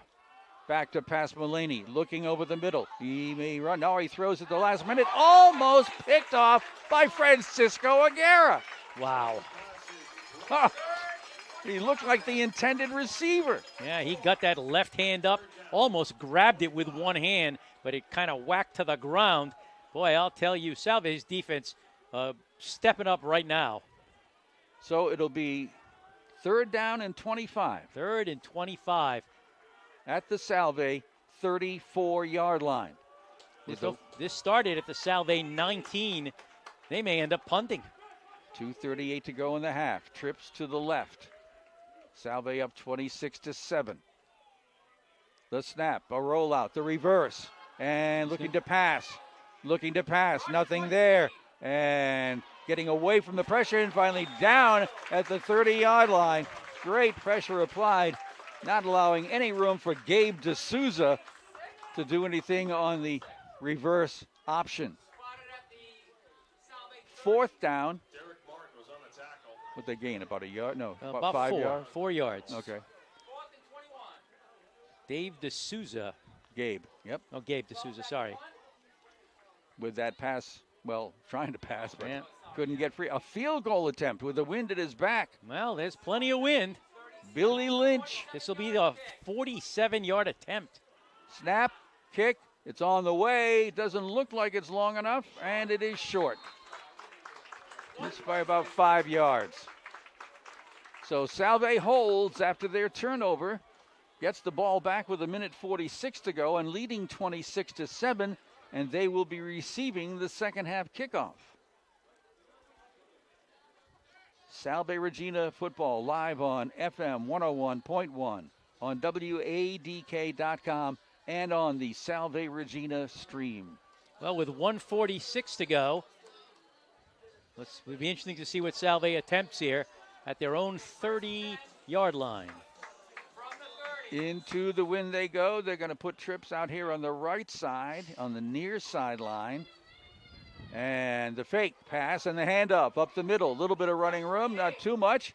And a tackle finally made at about the 34-yard line. Connor Welch with the carry, picked up about 4. Now they're going to have to hurry up a little bit. Minute 30 to go. Second down, about 6. Salve at their own 34-yard line. Back to pass. The throw on the near sideline is knocked away. Nice defense that time by number 20, Rocco McNeil. Intended for Jack Hannon. Right over by the Salve bench. Yeah, McNeil just kind of reached over the shoulder and batted the ball down. A freshman from Northbridge, Massachusetts, Rocco McNeil. He's about 5'9", 155. I used to be that. Did you really? Yeah. Was that last week? No, not that close. Trips to the right. Third down. 6. Pressure. Throw over the middle. Picked off again. Oh, And this time it's going to be Gregory Sylvia. my goodness. This game has just gotten as sloppy as it can get. Intended for Hannon, who made the tackle at the 40-yard line of the Seahawks with a minute 7 to go. Second consecutive possession resulting in an interception. They've had a fumble. They've actually had 2 fumbles. So that's 4 turnovers. This is a very unlike a Salve team. Tough weather conditions in terms of wind. And just a lot of mistakes. Yep. From Trips. the Salve 41. Trips left. And the snap. Mulaney wants to pass. Looking over on the left side. Lets it fly. And it is caught. And that is going to be Max Bell with Francisco Aguera on the tackle at the 17-yard line of Curry, who comes right up to the line of scrimmage. 55 seconds to go in the half. Double wides left and right. The pass is going to be caught, and that is going to be a touchdown. Nice job by Curry to get it done to Gabe D'Souza on the receiving end.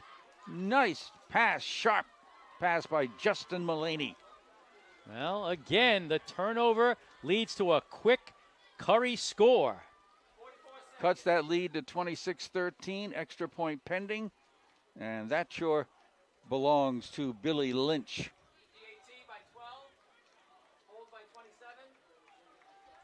Sets up for the extra point. And the snap, the ball's down. The kick is going to be just inside the left upright and good.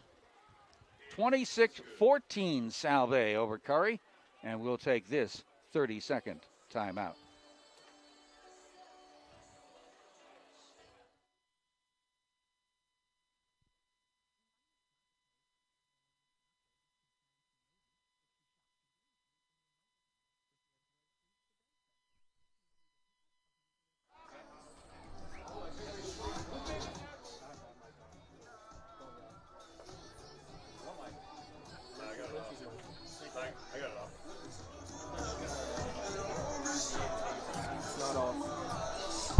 That's his mic.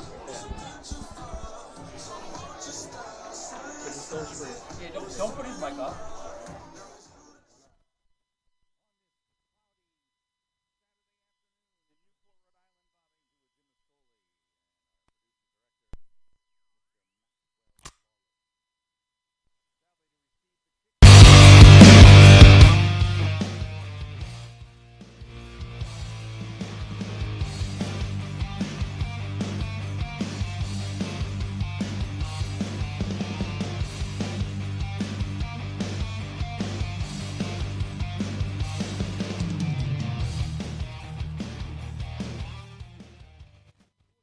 Yards. Gabe D'Souza with a 17-yard pass from Mulaney. Kick is good. 26-14. Line drive kick is bobbled. Finally picked up over the 20-yard line. And the run back, it's D'Alessio. Over the 40 to the 41. Nice recovery there by Ashton D'Alessio. Had trouble picking it up initially, but nice job that he got done. Put Salve over their own 40-yard line with 37 seconds here in the half. Put it at the 41. Into the wind go the Seahawks, leading by 12. And we've got trips to the left, double wides to the right. All by himself in the backfield is Jack McGuire. Gets the snap. Looking, throws near side on the slant pattern, gets it caught, and nice gain. Max DeVito staying on his feet, breaking tackles down to the 30-yard line of Curry. Timeout. 26.9 seconds to go. 29 yards on the pass play. Now they're going to start the clock. Salve does not call a timeout. Up to the line of scrimmage with trips to the right. This snap. McGuire looking, throwing over the middle, and almost picked off again. Off the hands of Kevin Pete. Well, that'll stop the clock, but that was a little too close for comfort. It'll be 2nd down and 10, 13.9 seconds to go. Salve's got timeouts. The ball at the 30 of the Colonels. Can the Seahawks respond with little time? Trips to the right, slot to the left. Snap, back to pass, pressure, running for his life, and the throw will be incomplete to stop the clock. As Jack McGuire had to save the possession with 7 seconds to go. And likely just the one more play here before halftime for Salve. That was his 23rd pass of the first half. Do we have a flag here? Oh, I think it's going to go against Salve. Oh, it is. And Kevin Gilmartin is running out on the field going, what are you doing? Well, whatever they're doing it about 10 yards farther back than they were. Make it. What is this call? Chris Hatton walks over to one of his officials, gets an explanation. Kevin Gilmartin is told to get off the field. While this conversation continues, no penalty's been marked off yet. They're waving away the penalty, no flag. Wow. Okay. So it remains 3rd down and 10, but only 7 seconds to go. Salve with the ball into the wind, likely to put it up in the air. They're probably going to have to go to the end zone here. Trips to the right, slot to the left, same formation. Snap. McGuire looking, has to run, play fakes, and then hauls it in and pulls it in with 1.3 seconds to go at the 30-yard line. Salve calls a timeout to have time for one more play. 1.3 seconds remaining. Oh, there's our referee microphone working. Chris Haddon. Very occasionally. So what could Kevin Gilmartin come up with 1 second remaining in the half? The key being into the wind too. That's what's making this one tough. So it would be more of a catch and run kind of a play as opposed to just throwing it toward the end zone, because the wind would likely knock it down. Yep. Salve back to the line of scrimmage, ready to go. Curry defense just now walking toward the line of scrimmage. And it is 4th and 10 with a second left. So Jack McGuire should get off a pass. Deep in the secondary are four deep backs, almost 6. And the snap. McGuire looking, throwing it for the end zone. It's up for grabs. Anybody want it? And it falls harmlessly to the ground. Almost, though. There was a Salve receiver in the area, a couple of them actually. Max DeVito was one and Pat Travers was another, but an incompleted pass ends the half, and we go into the break with Salve Regina leading Curry College 26-14. Back and forth we go. A lot of turnovers on both sides. We'll recap it all for you, but right here, a timeout on WADK FM 101.1, on WADK.com, and on your Salve Regina stream. We'll be back.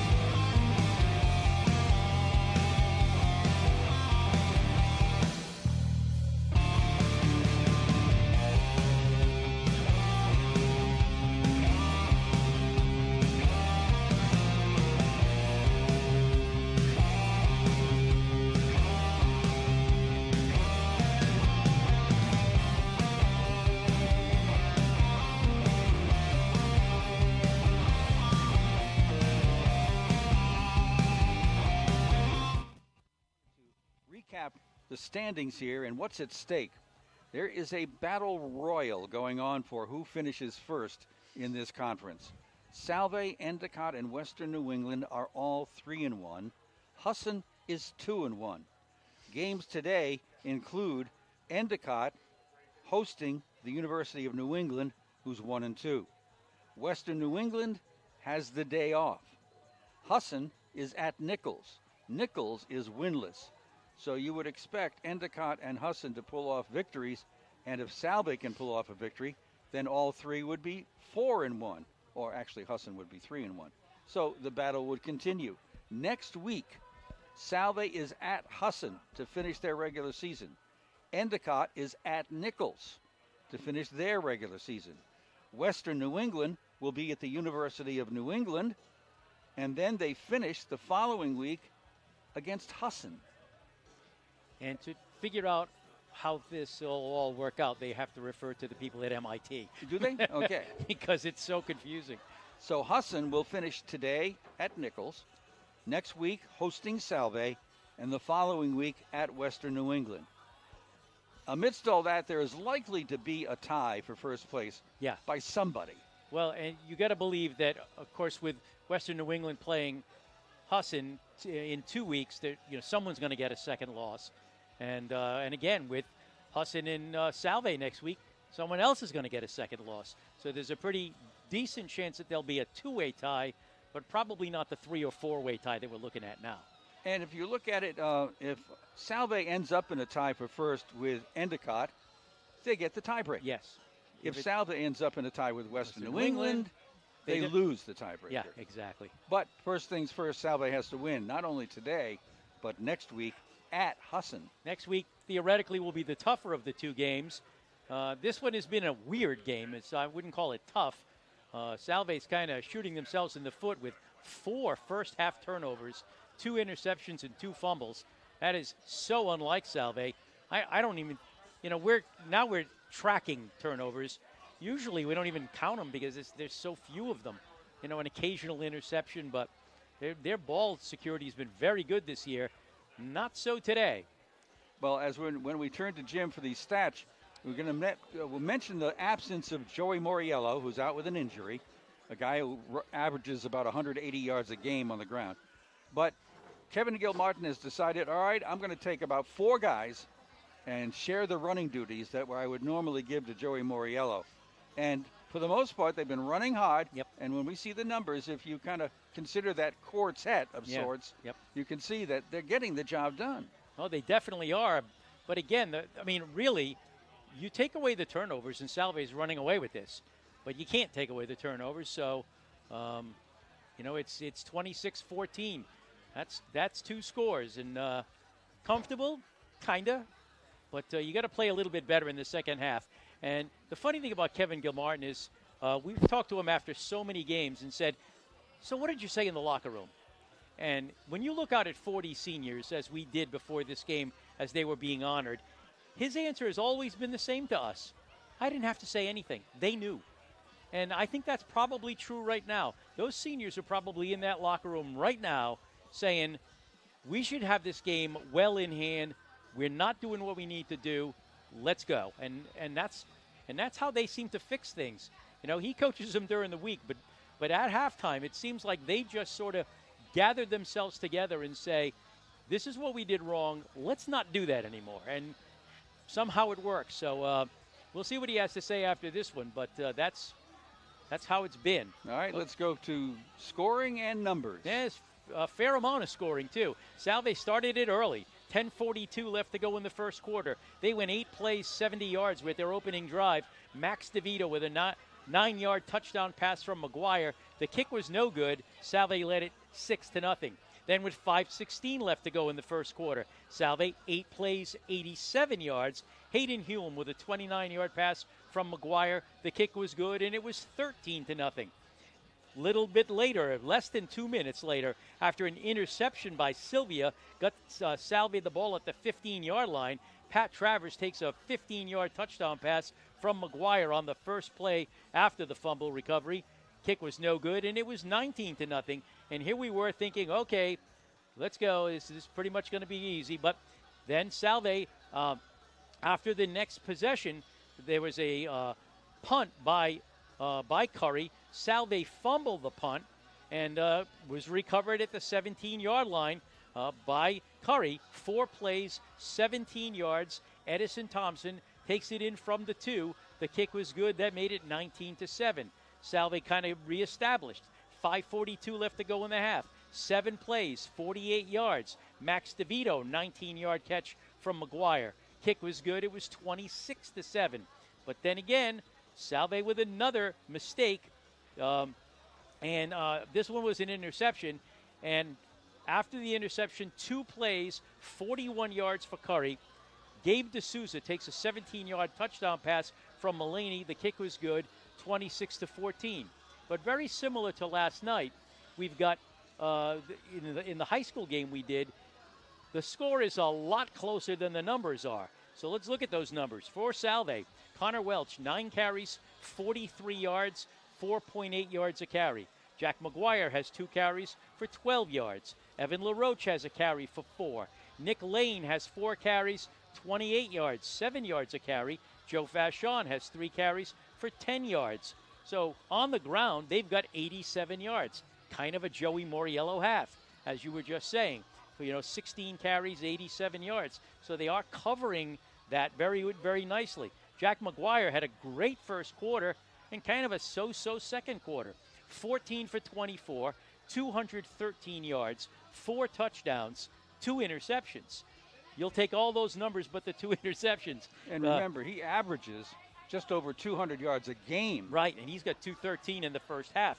2 catches for Pat Travers for 23 yards and a touchdown. 2 for Hayden Hume for 45 yards and a touchdown. 7 for Max DeVito. 7 catches for Max DeVito. 110 yards, 15.7 yards a catch, 2 touchdowns. John Whitehouse has a catch for 10, and Jack Hannon has 2 catches for 25. Salve, 16 carries, 87 yards on the ground, 14 for 24, 213 yards through the air. They've got 300 yards of offense in the first half. Now listen to Curry. Chris Jenkins, 5 carries, 19 yards, about 4 a carry. Justin Mulaney, 3 carries for 6 yards. Gabe D'Souza has 1 carry for 4 yards. Edison Thompson, 2 carries, 5 yards. He's got a touchdown. Passing, Justin Mulaney is 7 for 17 for 72 yards, 1 touchdown, 1 interception. Max Bell has a catch for 24. Gabe D'Souza has 2 for 20 and a touchdown. TJ Saddam has 2 catches. Richard Sullivan has 2 catches as well.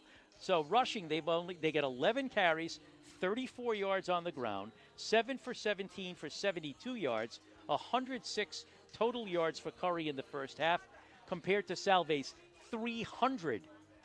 26-14 Salve leading at the half. Again, a comfortable lead, sort of, but boy, they'd really like to stop those mistakes. They sure would. And, a lot of times it's physical. The other team hits hard, jars it loose.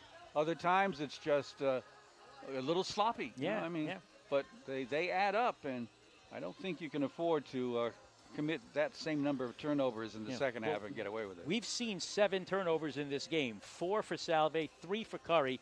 Salve 2 fumbles and 2 interceptions, and Curry 2 fumbles and 1 interception. So to say that this has been a work of art in the first half, I think would be a stretch. It was for a little while, but things went awry there in the second quarter especially. All right, we are at halftime with about 9 minutes to go before the start of the second half, and we are live at Topa Field in Newport, RI. We're going to take a very short time out here and come right back with you. Stick around.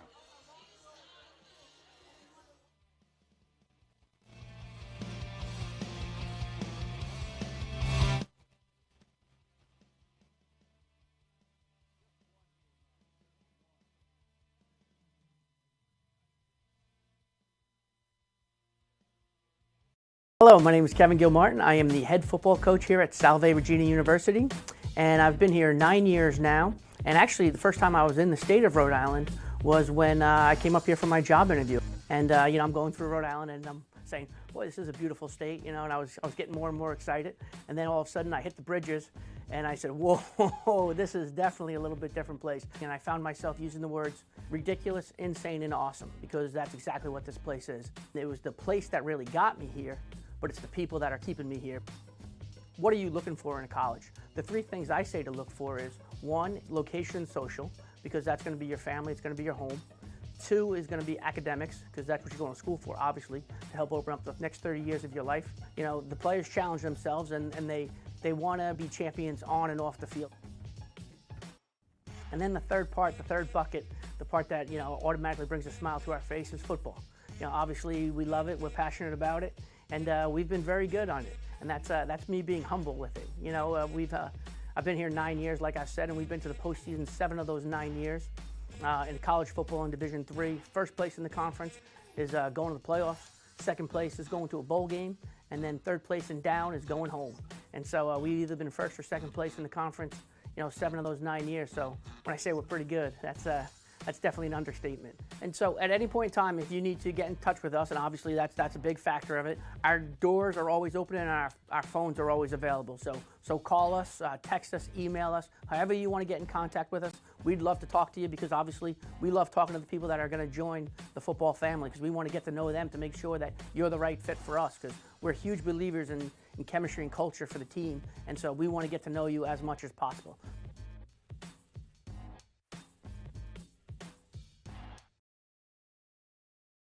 On, but it's going to be in Johnston, so the Panthers get that win and home field advantage next weekend. And it was a tough night last night for Rogers. They had to go up to Conley Stadium in Providence and take on Mount Pleasant, and that final would be Mount Pleasant 46, Rogers 30. A lot of scoring in that one, but just couldn't get it done for Rogers. And it's been an okay season for the Island teams. Portsmouth has certainly had themselves a good year. Middletown and Rogers, they've been good on some nights and not so good on others. You know, the first full season coming out of the kind of lost year that last year was, even though we had that spring. And now these teams are going to probably try to get themselves on some solid footing for next year. Really, the whole state, the whole world, when you come right down to it, you know, it's just one of those things where you don't know what it's going to be like when you miss almost the whole year. And there's been some you know, some good play and some bad play from a lot of teams. All right, both teams have returned from their respective locker rooms to start warming up for the second half. And by the way, we do probably have a game for you next weekend, but it kind of depends. Portsmouth is playing at Hendricken starting at 3 o'clock this afternoon. Hendricken is undefeated. Portsmouth has one loss. That has a game of significance, to say the least. Now, depending upon what happens in that game and how the playoffs are set up next weekend, we know that Middletown will be on the road at Johnston. Rogers, if they get in the playoffs, would likely be on the road. So it depends on what happens to Portsmouth and where we go from there. So it's possible we may not have a football game for you next weekend, depending upon how it all falls into place. Kevin Gilmont just had a very animated conversation with the referee, and the referee is taller and wider than Kevin, and it was a kind of a comical looking conversation as Kevin was looking up and being very very animated, and the referee was looking down calmly at Kevin, saying, oh, I hear you, I hear you. And I'm watching Joey Moriello walk around his teammates out there on the field warming up. He's in street clothes and just trying to be around, to be a part of it, even though he can't play today because of his leg injury. He has been the face of this team now for a couple or 3 years, maybe all 4, but he's such a talented back, and it would, I think, break everyone's heart who knows him to think that he may have played his last down for Salve. I know he certainly will try to become available for next week, but we don't know if that's going to happen. So, again, he's moving well while walking, but obviously the medical staff is going to have to clear It was a left knee injury, that's all, or the left lower leg injury. We're not even sure it was a knee. It was the play happened right in front of us down around the 25-yard line where he was on his best run of the day. It was about 56 yards, I think, and he just got shoved out of bounds, not, in any bad way, and he didn't get up. And, boy, I'll tell you, that'll make your heart sink if you're a Salve fan. And he can't go today. We don't know if he'll go next week. All right, it's almost time for a second half of action, as we are very happy to be able to bring you this game. And, the way it started, 2 quick touchdowns for Salve. You went, okay. 3. Yeah, 3. Really, it was 19-0. Oh, it was 19-0. Okay. We're thinking, yeah, one of those games. And then turnover, touchdown. Yeah. The whole atmosphere changed. Right, So, and it wasn't like Salve going from winning to fear of losing. It hasn't been that. It just went from them playing very well to them playing very ordinary, and that was the surprise. I mean, this is not a team that has made a lot of mistakes this year on the football field, and in that second quarter, they made their fair share.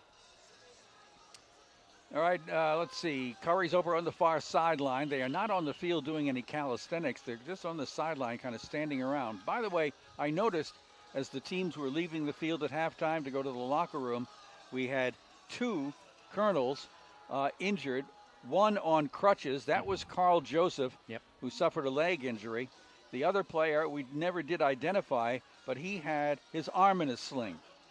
Okay, and that appeared to have happened on the same play. Same play, yeah. Yeah, So we don't know who that other player is because he doesn't have a jersey on anymore, and we hope he's going to be okay. But there are 2 starters that are out of the Colonel's defensive alignment, but it didn't seem to make a difference with all that went on with the turnovers and such. Salve will receive the second half kickoff as Curry won the toss and elected to receive the first half kickoff.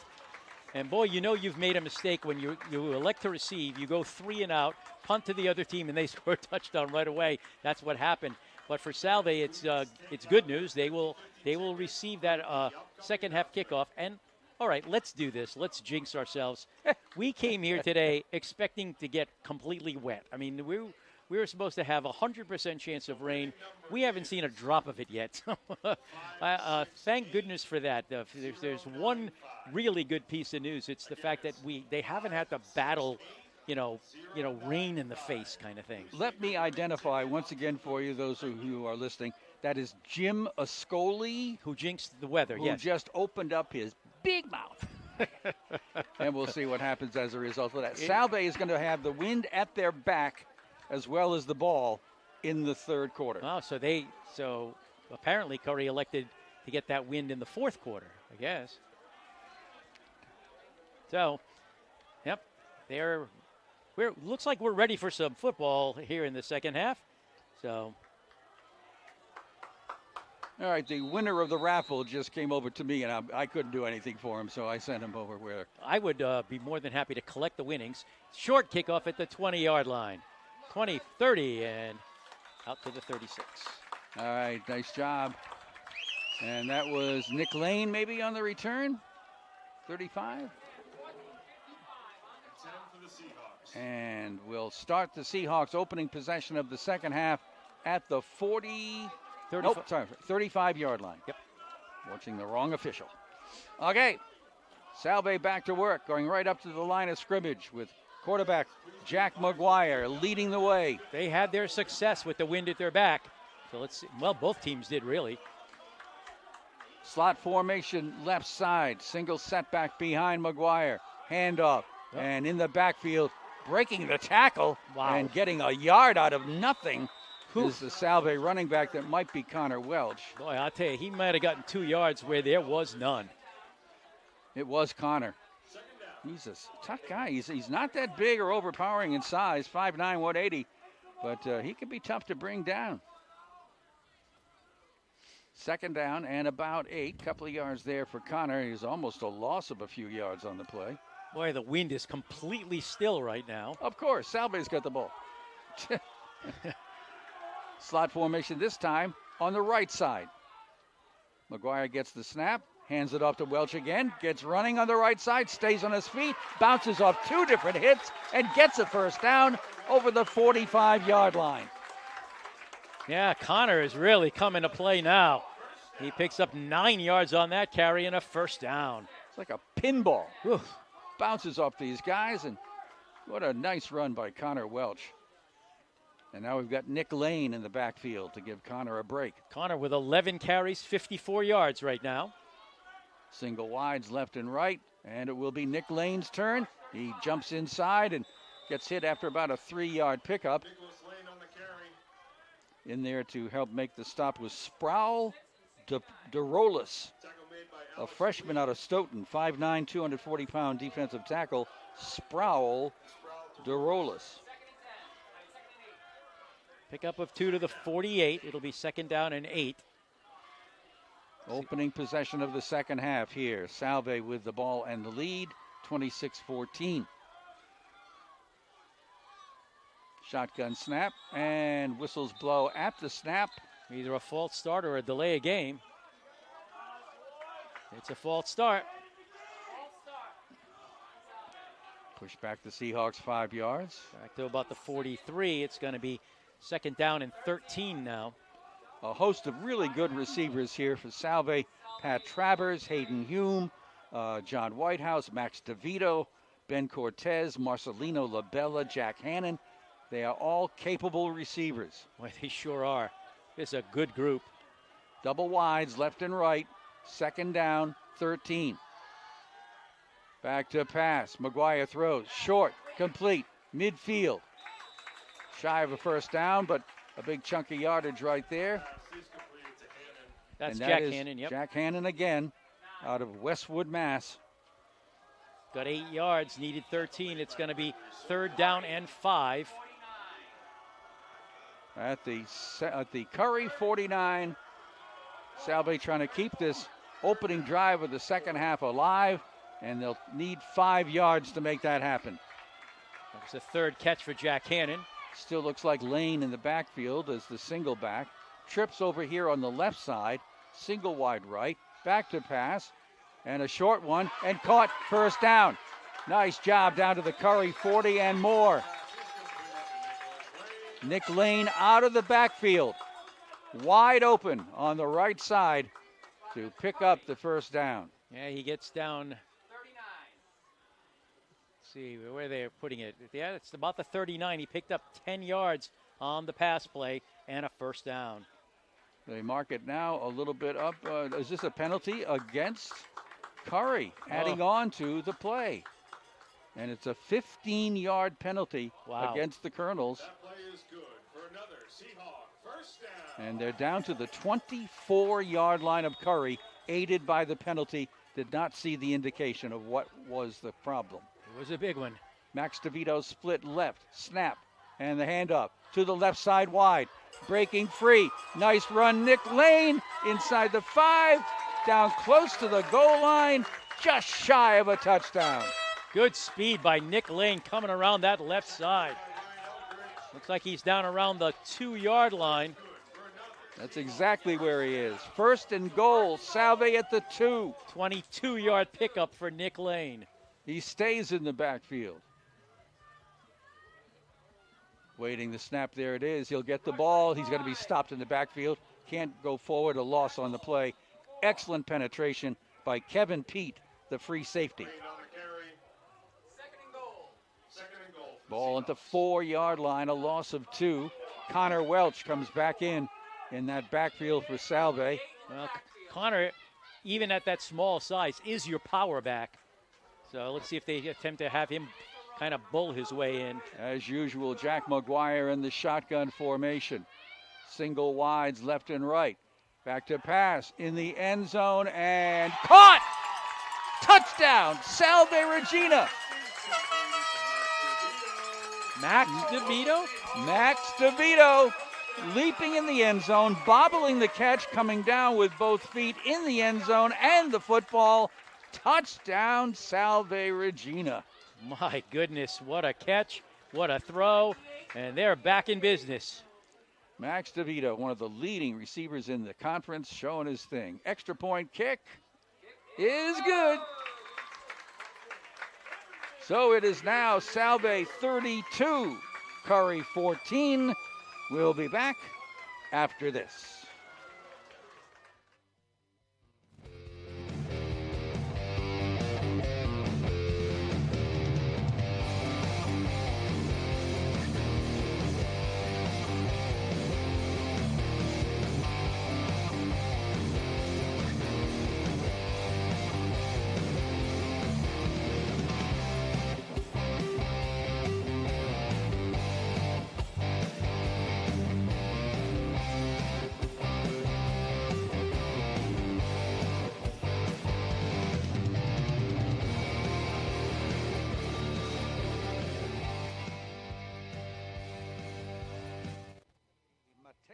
Marasco getting ready to kick off for the Seahawks with the wind at his back. Jack McGuire just threw his 5th touchdown pass of the game, and Max DeVito just caught his 3rd. Chris Jenkins deep in the middle. Here's the kick. High, end over end. Not too deep, and taken at the 10. And this will be a run back to the 20, and not quite the 25-yard line, as I think that's Miles Cogdell. All right, that was an 8-play, 65-yard drive for Salve. Max DeVito, a 4-yard touchdown pass from McGuire. Kick is good, 33-14 Salve. And all seems to be right again on the Seahawks side of the ball. At their 24-yard line, Curry goes to work with quarterback Justin Mullaney in charge. Trips to the right in the shotgun formation. Snap. Pass. Sideline. And almost picked off by Salve. Well, almost picked off, then almost caught. Exactly. On the coverage, that was Salve's Connor Foley, the intended receiver, Miles Cogdell. That was out around midfield. Pretty accurate throw. Yeah, it was a good throw, but great coverage that time. Front line includes Tommy Agliata, 6'5", 295 on one tackle spot. Mike Wajdowitz on the other side at 6'2", 240. Trips to the left, back to pass. Mullaney looking, nothing there. He's going to have to run, and he'll be caught and brought down about the 29-yard line. And getting up slowly from making the tackle is going to be Salve's. I should know who that is, but it won't come to me. That was Mike La Rivera. Well, okay. 5-yard pickup that time. It's going to be 3rd down and 5. At the 29, Curry with their first possession of the second half. Send out the trips to the left side. Single wide right, that's Cogdell. The snap, short drop, looking, throwing over the middle, and caught. Max Bell right there to make the reception. That's a 1st down as he gets out over the 35 to the 36, 7 yards on the pickup, and they're in a bit of a hurry up. They are trying to catch the defense off guard. Slots left and right. Mullaney back, pass, looking, doesn't see anything, now flips it off on the wing over here to a short pass route just over the 40-yard line. Chris Jenkins. And the hurry-up offense continues for the Colonels, trying to make something happen. They're at their own 45-yard line. 2nd down and about 1. Again with the double wides, left and right. Justin Mullaney is going to hand it off. 1st down, and then maybe an extra yard or 2 before the pile up. That's Jenkins, the ball carrier. And getting up from the bottom of the pile would be Pasquale DeStefano. Go to the 48, another 1st down, and this time they do huddle. Salve 33, Curry 14. Early, well, almost midway 3rd quarter now. Again, slots left and right in this spread formation. 3-man front for the Seahawks. Play fake on the pass. Now throwing on the run is Mullaney, but there ain't nobody over where he threw it. That was just to save the possession. Over toward the far sideline area is where Justin Mullaney threw that one. So it'll be 2nd and 10 from their own 48-yard line. First of all, let's give the secondary some credit here. They're making it hard for Justin Mullaney to find open receivers on several occasions. Now the Colonels put trips to the right side. Jenkins the setback behind the quarterback in the pistol. There's the play fake. Mullaney's going to throw deep, and it's going to be overthrown in the area, and the only one close was Daniel Hickey. And he was hit as he threw it, so he could not get everything he wanted on it, and yet he did overthrow it. So it'll bring up a 3rd down and 10 for the Colonels. Again, the defensive Salve trying to step up to the task here. Starting to bring some pressure now on Mullaney. They haven't done it much. They've been content to stay in coverage, but they're getting a little closer to him now. Trips to the left. And here they may come. Salve showing 4 on the front line, showing kind of a blitz attack. Dropped back to pass Mullaney, and he'll be hit and sacked. Terrific pressure, and getting there to make the sack was Zach Katarius. Yeah, that's exactly what they were showing. They were starting to get a little bit closer, and that time they sent people. Sack, only a loss of about a yard or 2, but it's going to be 4th down, and they're going to punt. And they'll punt into that wind, which right now doesn't exist. Yeah, it's been very quiet, but it has been really, really affecting punts, but I don't think it'll do this one. All right, back is your punter here, Jeffrey Wilson. And Max makes the catch, gets away from the rush, 25, 30, and hanging on to the ball at the 34-yard line. Boy, I didn't think he was going to catch that thing. He had a guy right on top of him, but he not only made the catch, he got away from him. Yeah, out to about the 35-yard line where Salve will take over. 1st and 10 for the Seahawks at their 34. The Colonels have been sticking pretty much to a 4-man front, which is what they're showing right now. And Mr. McGuire goes back to work all by himself in the backfield, trips to the right side, throws a little flip pass over here that's short, intended in the general area of Pat Travers. Yeah, that time Jack could not step into the throw because there were people coming at him. Yeah, he probably had to throw that a second earlier than he wanted to. Fell incomplete, brings up 2nd down and 10. Again, the wind is barely noticeable, like it was in the first half. And all of a sudden, it was pretty brisk there for a while. 2nd and 10 from their own 34. McGuire gets the snap and gives it to Connor Welch. Breaks wide to the right side, finds running room, 40-yard line, slowed down and brought down at the 40. A burst of speed by Connor. It wasn't there off tackle. It was there wide. So he got about 6 yards on the carry. It's going to be 3rd down and 4.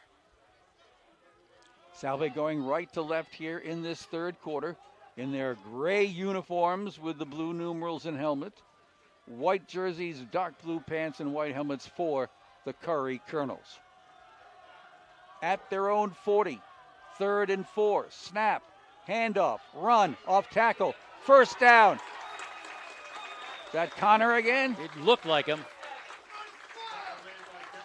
And it was Connor Welch. He heads to the sideline. Nick Lane comes on. Picked up about 7 yards. 6:48 remaining in the 3rd quarter. Salve leading 33-14. Single wides left and right. Snap. Handoff, Nick Lane. He wants to go wide right. Burst around the corner. Gets a 1st down. Still on his feet. Nick Lane charging upfield inside the 20-yard line. Where did he get that acceleration? My Holy goodness. cow. Oh, Nick my. Lane. Some updates around Salve Regina. All right, where they mark his forward progress. Looks like Salt Lake around the 20, if not inside of it. I think it's inside, but I don't know how far inside. An officials' conference is going on. Do I see a penalty flag on the ground? I don't see Way it. down around the 5?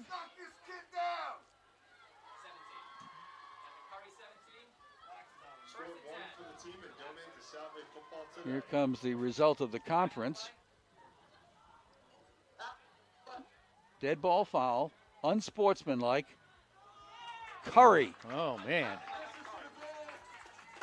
That was a 36-yard run by Nick Lane, and it's going to go inside the 10 now, probably somewhere around the 9 or the 8.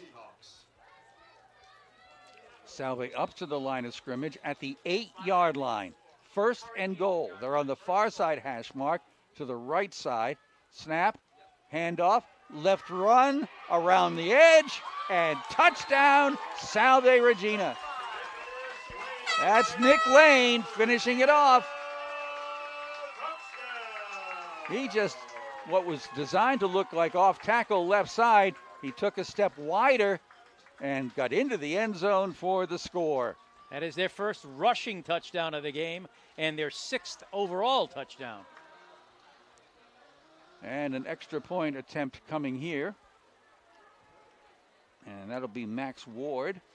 The kick is good. Salve has extended its lead and now has a 40 to 14 lead over Curry. We have time for a little break right here. We'll be right back. Here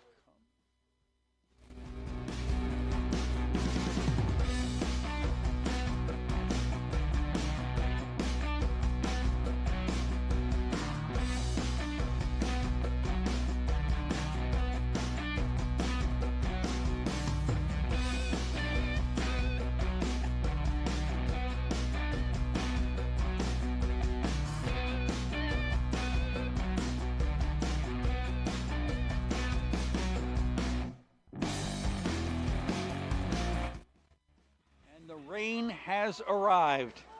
Haven't seen any since late morning, and it's back. We knew it would. And the kickoff for Morasco with the wind at its back, but the wind is picked up again. High end over end kick comes down to the 5-yard line. Cogdell has it. Coming up the middle, slowed down and brought down near the 20-yard line. Well, for Salve, that was a really good-looking drive. 5 plays, 66 yards. It featured a lot of Nick Lane as he went the final 8 for the touchdown. Kick was good. Salve clearly in the driver's seat now, leading 40-14. A little bit of a minor skirmish developed upfield, well away from the tackle, but it was broken up quickly and no flags. So right about at the 21-yard line is where they'll start. First and 10 for the Colonels. 6:03, 6 minutes to go in the third quarter. We've got slots left and right here in this formation. And Mullaney looking to pass, throws it quickly on the far sideline and gets about 5 or 6 yards on the quick reception by Gabe D'Souza. They'll mark the forward progress to the 28-yard line. Yeah, picked up about 7. Tackled by cornerback Connor Foley out of Andover, Mass. Trips to the right side. Showing blitz, the Salve defense. 2nd down and 3. Long snap count. Snap over the middle. Caught. And a 1st down and more. D'Souza again. Gabe D'Souza again with the slant route right across the middle of the field. Excellent throw by Justin Mullaney. And that'll be a 1st down for the Colonels as they slowly unpile. And again, that very quick throw got out past the 40-yard line, picked up about almost 15 yards on that play. Colonels going left to right into whatever wind there is. Mullaney wants to throw deep downfield. and it will be overthrown. Intended there for TJ Saddam. Coverage on the play, very nicely done by Connor Foley. You know, it's really been, for both teams, the quick passing game, the short passing game has been there. No one's been able to go deep. I don't know if it's the wind, because right now it's pretty calm, but hasn't really been anybody breaking away. Second out and 10. Slot formation, both left and right. Man in motion comes to the right side. That's Sullivan. Back to pass Mulaney, being pushed out of the pocket. Gets away from the pressure. He's on the run, and he'll run out of bounds around the 47-yard line in Curry territory. Again, excellent pressure applied. And the rain now picking up in intensity. 3 yards on the pickup. It's going to be 3rd down and 7. And the way the rain is starting to look, it's going to make execution a little bit more difficult everywhere. Not to mention holding on to the football. Yeah, that too. 3rd down, little less than 8. Trips to the right. It's pouring. The rush is on, and the sack is made. Joe Vecchione gets to Mulaney for a sack and a loss of maybe 7 or 8 yards. Yeah, it was at the 46. He's all the way back to the 37. 9-yard sack. 4th down. They will punt.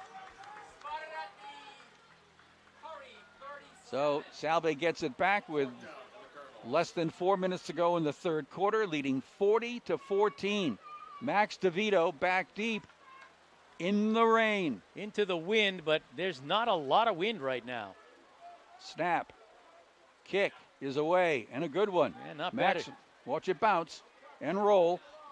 Down to about the 20, 19, still rolling. And, to about the 17. Nice piece of work there by Ahmad Malik. Ahmad Malik was waving the ball farther. Try to create a little more breeze. Little breeze behind it. It's going to be about the 18-yard line where Salve will do it. Will get possession. Salve has been pretty efficient this half. 2 possessions, 2 touchdowns, and they've gone from a 2-touchdown lead to a 4-touchdown lead, and they're looking pretty good right now. 1st and 10 Salve at their own 18-yard line. Double slot formation here. Snap, the throw, caught. Just for a few yards, but then after the run, a few more. Number 19. And on the reception is Franz van Stettingen, or Stettina. Franz van Stettina. Let's see, did they give him the 1st down? Yeah, they do. Yeah, they're moving the chains as they're at their own 28-yard line. Trips to the right. Absolute pouring rain. The throw goes over to the right, almost picked off by one of the Colonels. Falls incomplete. I don't know if you can hear that, but I'll tell you, we've got some serious rain. Let me... 2nd down. Take my word for it. All right, from the 28. 2nd and 10. Colonels have some outstanding defensive players, Gregory Sylvia among them, Michael Sims. And the handoff. Looking for running room, it's Connor Welch. And Connor gets over the 30 to about the 33 before he's slowed down and brought down. In there to help make the stop is Michael Sims out of Baltic, Connecticut. 3rd down about 4. They're at their own 34-yard line as the rain eases up a little bit. Handoff. Connor Welch, I believe, tries to find room on the right side, but he won't find enough. And that'll be short of a 1st down. They'll give him his forward progress right to the 35-yard line. It'll be 4th and 3, and the Seahawks will have to punt with 2:05 to go in the 3rd quarter. Out to punt for the Seahawks, Chris Maida. Back deep is Max Bell. Here's the punt. It's a high punt. Beauty. And a fair catch called for by Bell at the 25-yard line. Is that Chris Maida? It is Brian. Okay. Again with a number. And here comes the pouring rain right back.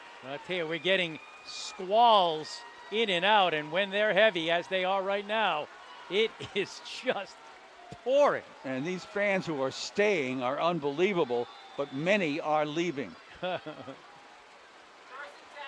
Visibility will become an issue with this kind of intensity in the rain. At their own 25, Curry, left to right. Mulaney with the snap will hand it off. And this will be Sanderson getting maybe a yard. Zach Sanderson on the carry. In there to lead the charge for Salve Regina. Let's see, that was Max Ludeman, yeah. Zach Ludeman, excuse me. Picked up 2 on the play. It's going to be 2nd and 8. Minute 15 to go, third quarter. There's another whole quarter of football that will be held in the pouring rain. Play fake, roll out. Mulaney throws on the run and throws behind his intended receiver, which was Richard Sullivan. So with just over a minute to go in the third period, the monsoon continues here at Topa Field. Well, we nearly got 3 quarters in before the forecast kicked in. I mean, we were expecting it to be all day long, so we kind of got a little bit lucky in a way. But right now, the luck has ended. A third down situation here for Curry. 3rd down and 8. Let's see if they can throw this wet thing. At their own 27-yard line. Back to pass Mulaney. Short drop. Throws it, gets it out to Sullivan. But Sullivan's not going anywhere. The tackle's made at about the 24-25-yard line. Nowhere to Richard Sullivan to go. And he actually lost some yardage on that play. And as the rain falls, the numbers on the Salve uniforms are going to start disappearing and fade into gray. So it's going to be very difficult for us to identify tacklers a lot, but we'll do our best. A punt. Max DeVito awaits, standing at his own 42. The punt will get away. High punt. And will come down and hit at the 45 and be deadened right there. Yeah, Max Bell picks it up. Right at their own 45. It was very high, but not very long. And Salve is going to get great field position at the 45. 40-14 Salve. Getting the ball back. Heading up to the line of scrimmage, which is their own 45. Right now, if you're Curry, you know, you're down 40-14 and the Rains are here. You're saying, okay, get me out of here. Well, is this going to become a almost total running attack for Salve the rest of the way? And it will be. Vachon running wide to the right side. Slowed down but not brought down. Now he's pushed out of bounds before he can get to midfield. That's John Vachon. Yeah, only 2 yards on the carry. And end of the third quarter. Well, that was quick. Salve, 40. And Curry, 14. We will be back after this timeout.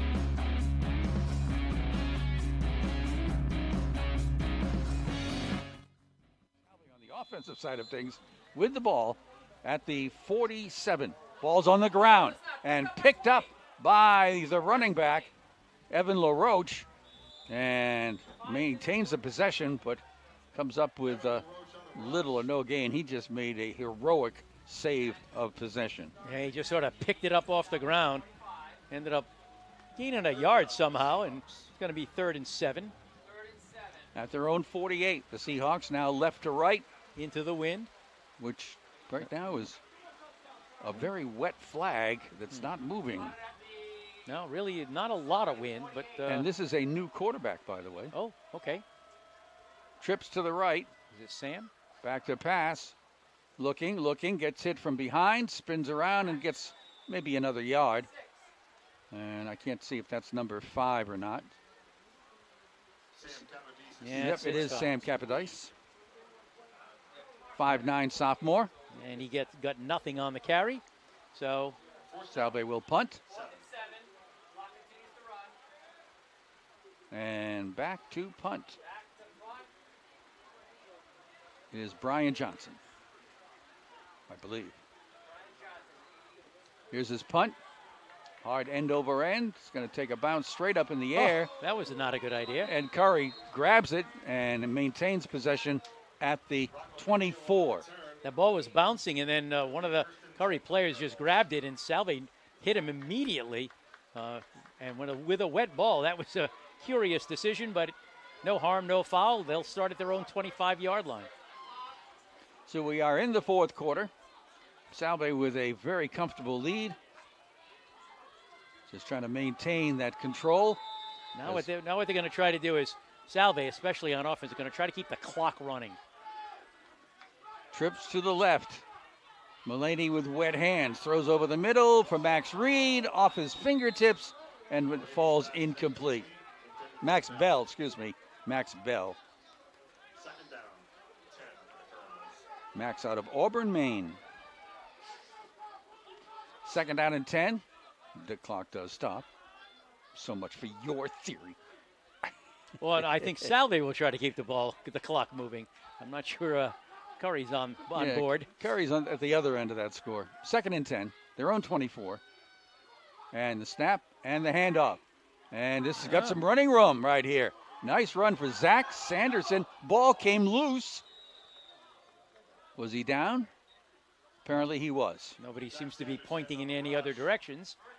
No, he picked up about 12 yards to the 13 yards to the 37. It's going to be 1st down. Yeah, found a hole opened up over on the left side of that offensive line where Curry gets blocks thrown by 6'5", 350-pounder Josias Roman, along with 6'2", 240-pounder Mike Wajdowitz. All right, slots left and right. Mulaney short drop, being pushed out of the pocket. The chase is on. He throws on the run, and it is caught. And it was caught in play. No, it's incompleted. It was a catch made over the sideline. Good-looking throw that time, but it was just over the sideline. Receiver could not keep his toes in bounds, so it's going to be 2nd and 10. And the clock will stop again. 12:48 to go in the game. The rain has lightened up, but is persisting. It kind of goes, hard and light, alternately. Right now we're in a light situation. Slots left and right on 2nd and 10. Curry at their 37. In motion goes Sullivan to the right. The pass over on the right-hand side is complete, and pushing and driving his way forward for another extra yard or two is T.J. Saddam. Forward progress to the 43-yard line, which sets up a 3rd down and about 4. Curry trailing 40-14.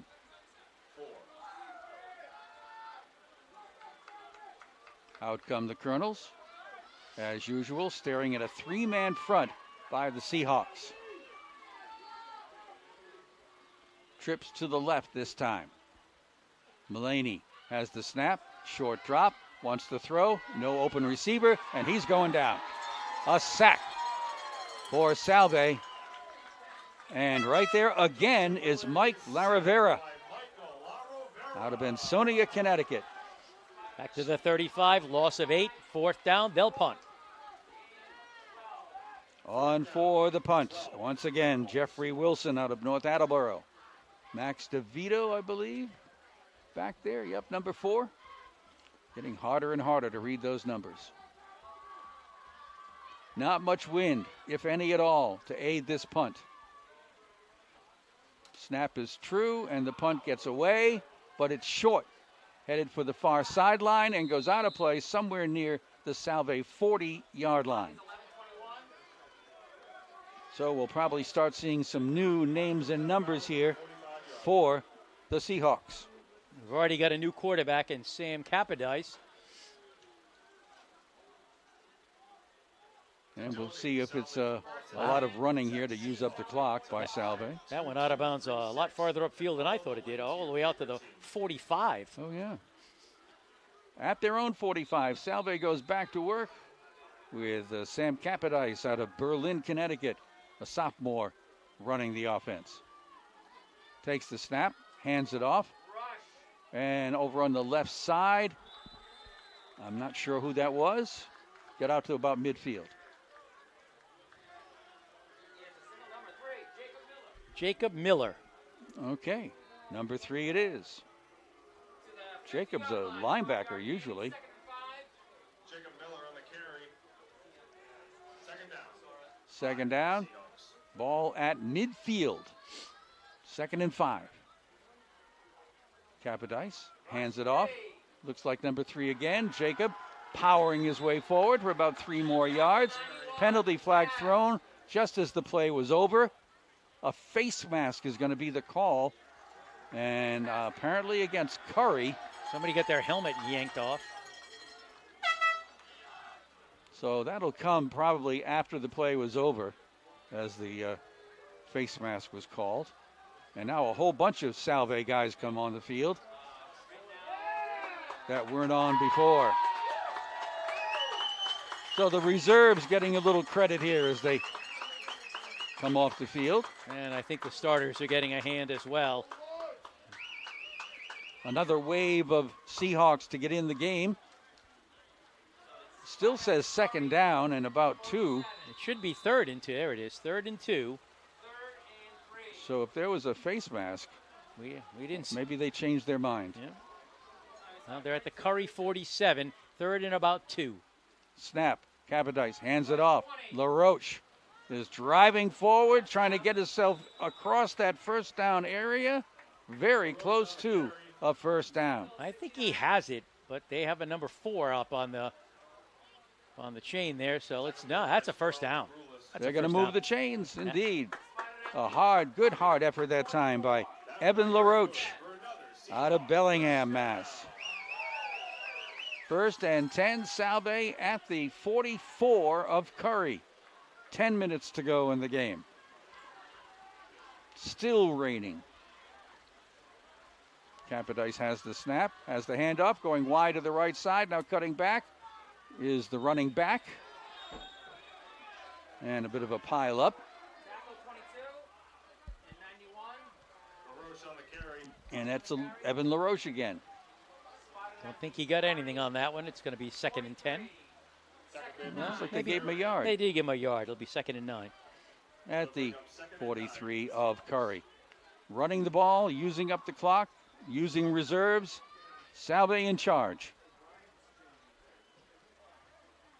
Single wide left and right. Don't think it matters. Hand off, left side. And is that Vachon? It is Vachon. Joe. So they give Kevin Pete credit for the tackle. He's the free safety. He's been involved in a lot of tackles today. Down to the 38, 5 yards for Vachon. It'll be 3rd down and 4. Kevin comes out for a little bit of a rest as he heads to the far sideline, the junior from Boston, Mass. 6th play of the drive as Salve just wants to run clock. Wouldn't mind scoring at the end of it, but. So who's in the backfield now? Not sure. It might be Vachon. Only one guy, and it will be Vachon driving. 1st down and more. Look at John Vachon. Joey Vachon, Joe Vachon. Boy, that was an excellent display of strength and determination. And now there's a Curry player down.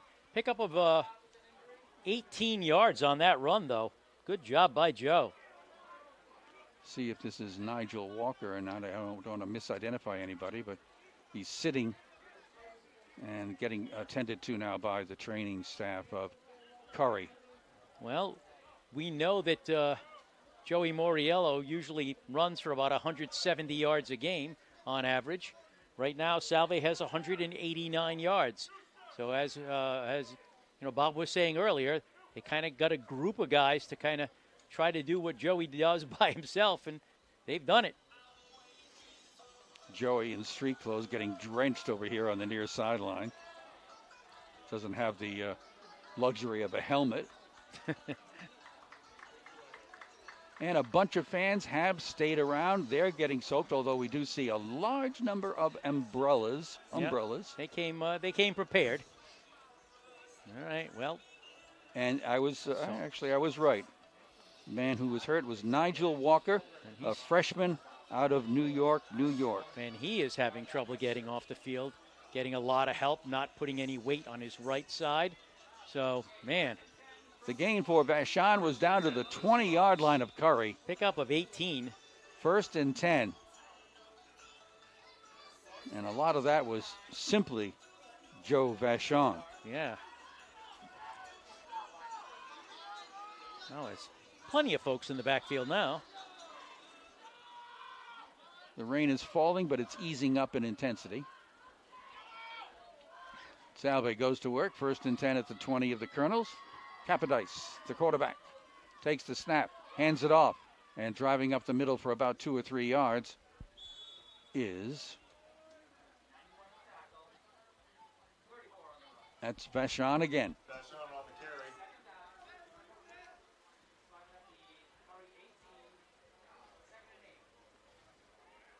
Second down. And on the tackle, let's give a little credit there. That was Dejine Poison. 2nd down, 8. Salve with the ball. Curry, 18-yard line. I think we got a new running back now. No, that might be Vashon again.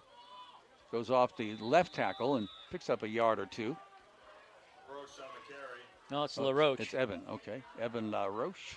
Picked up about, did they get him? Smith on the tackle. Just 1 to the 17. So it's going to be 3rd down and 7. Less than 7 minutes to go in the game in the rain now. And that's really all the Seahawks want right now, is to just keep that clock ticking. 6:45 now to go in the football game. The outcome is not in doubt now. Single wide to the right, otherwise a tight formation. No, single wide left too. Handoff, trying to break wide to the right, and succeeding. That's LaRoche, down to about the 5 or 6 yard line. Inside the 10 for sure. And he goes for about 10 yards, maybe more. Let's see where they put it. The drive continues. They'll put it at the 7 yard line. 10-yard pickup. Right now, everybody running hard. 1st and goal for the Seahawks. Salve with the ball, with the lead. 6:20 to go in the game. 1st and goal at the Curry 7. And it's reserves who are in there getting the job done. Capodice with the snap, hands it off. LaRoche going up the gut, gets a couple of yards, and with help from teammates, gets a couple more. Oh my as they goodness. fall down to about the 1 or 2 yard line. Wow. That was one runner and 10 pushers. 2nd and goal. Wow. I'm telling you, that whole pile just kind of fell forward as one, down to about the 2 yard line. All right, Jacob Miller is coming into the backfield. Let's see where they put the ball down. Yeah, right 2. about the 2. So a pickup of 5. 2nd and goal. Jacob Miller is now the only running back. Let's see if it's his turn. Handoff, Miller, left side, dives into the end zone. Touchdown, Jacob Miller.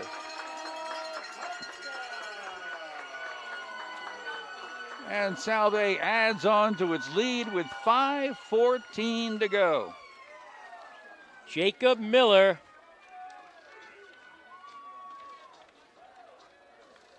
Three carries, 10 yards, now the touchdown. Let's see, what can we find out about Jacob Miller here? Jacob is a senior from Lynn, Massachusetts. The extra point kick is good. So the Salve lead continues to build. 5:14 to go, and they are now on top 48-14. 47. 47, that extra point wasn't 48? Okay. No, it was 40 just before that. I believe. Alrighty then, fine. It's 47-14. That is correct. And we're going to take a 30-second timeout right here and be right back.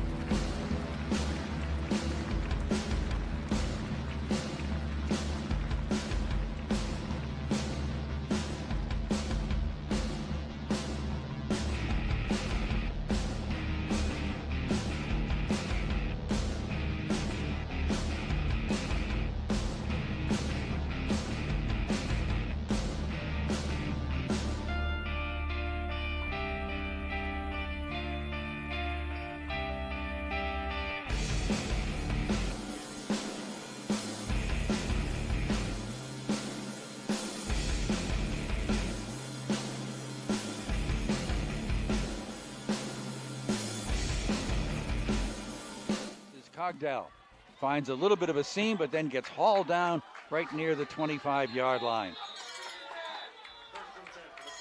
Well, that drive was a fun drive for Salve. They did it with the reserves. 11 plays, 55 yards.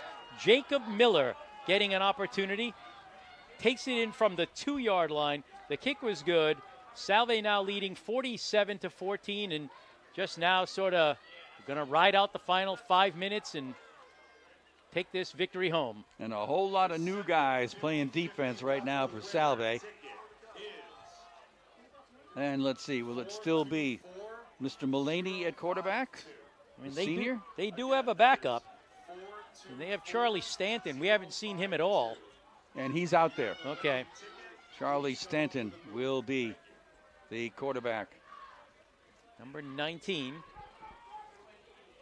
Charlie is a... Oh, I don't have his year.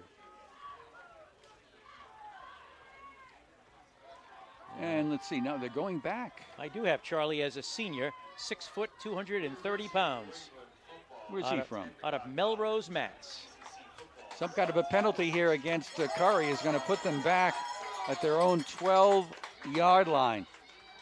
Half the distance on some kind of a penalty.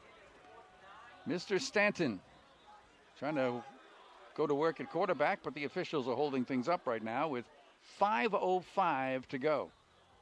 I still see some of the starters out there. I see Richard Sullivan over here as a wideout.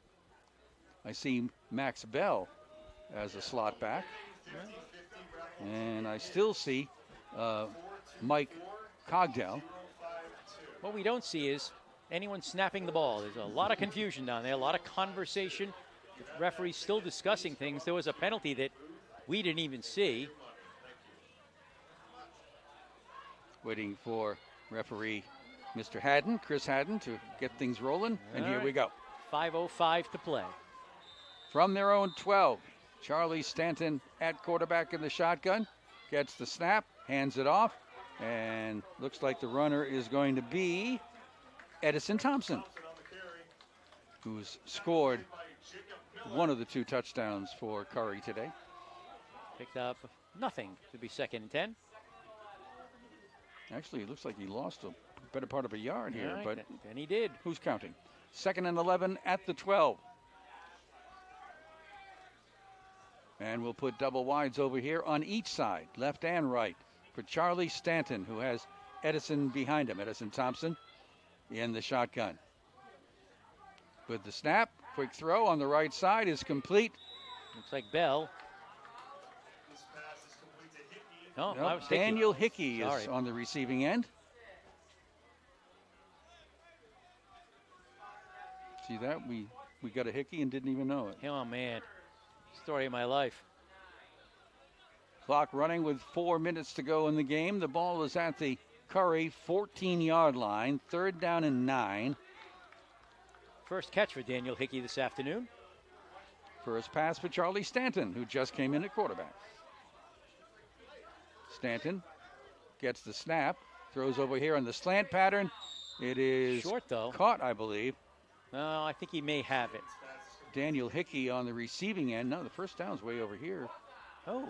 For 24, 23-yard line. Okay, yeah. So it is fourth down Fourth down for the Colonels. at the 18-yard line, and they will punt rather than risk giving up the ball this deep in their own territory. So coming in to punt again is Jeffrey Wilson. And is that Max going back deep? Determining what the numbers are now a near impossibility for Salve.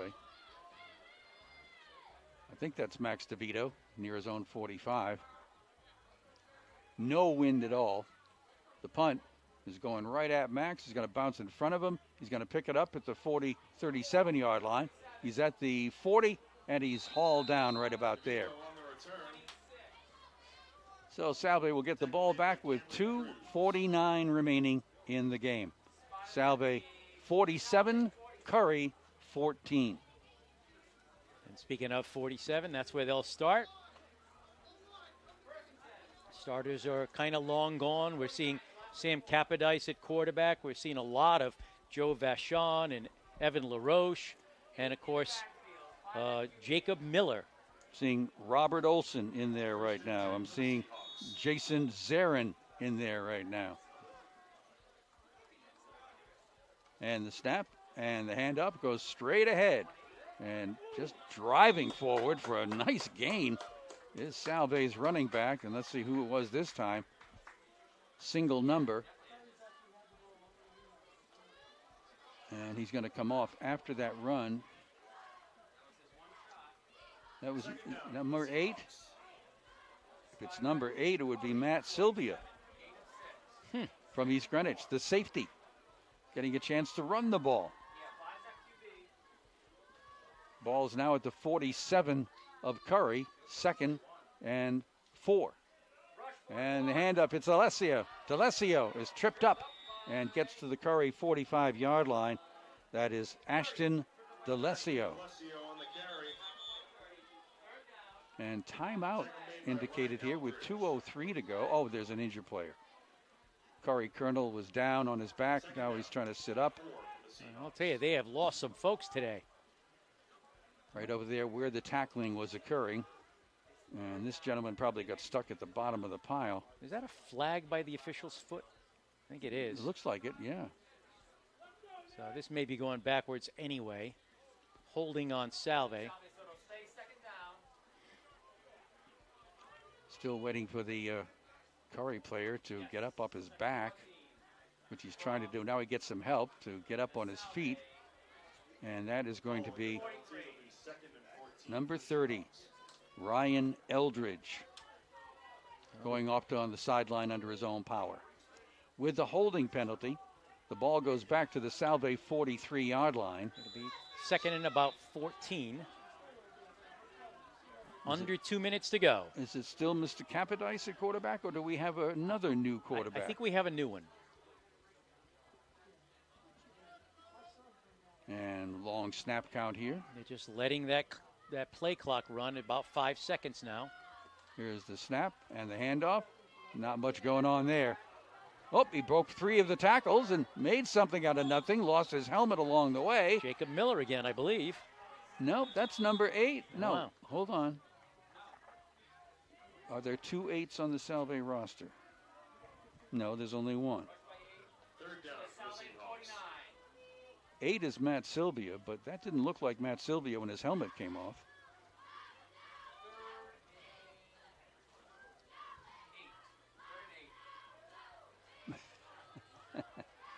All right, it wasn't Matt Sylvia, but nobody knows who it was. All right, the snap, the handoff, and no running room over there on the right side.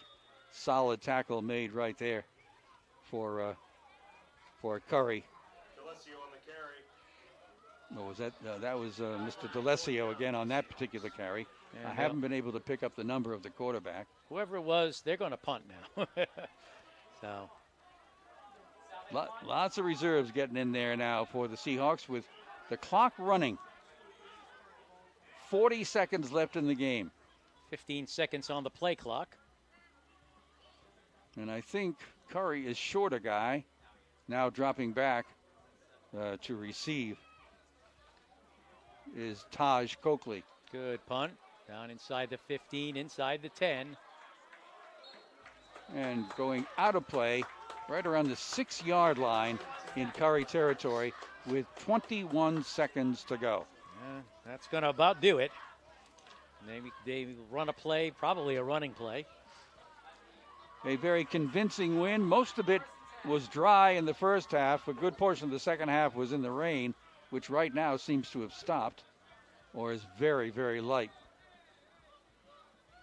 Curry out to run one more play with Charlie Stanton at the quarterback slot.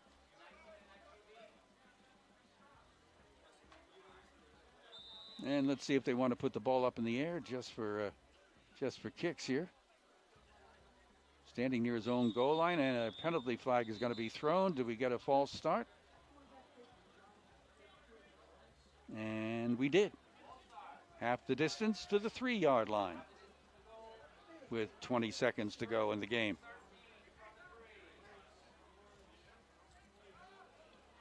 Salve on their senior day in control. All right. Now the quarterback Stanton in the end zone will hand it off. And is that Edison Thompson again? I believe it is. Nobody tries to stop the clock. The clock continues to run. And this one is going in the books. The final score, Salve 47, Curry 14. And the Seahawks keep their hopes alive for a conference first place finish.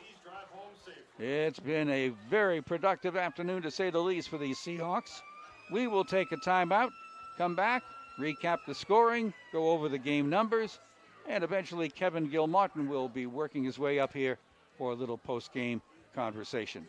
More to come on FM 101.1, on WADK.com, and on the Salve stream. Don't go away.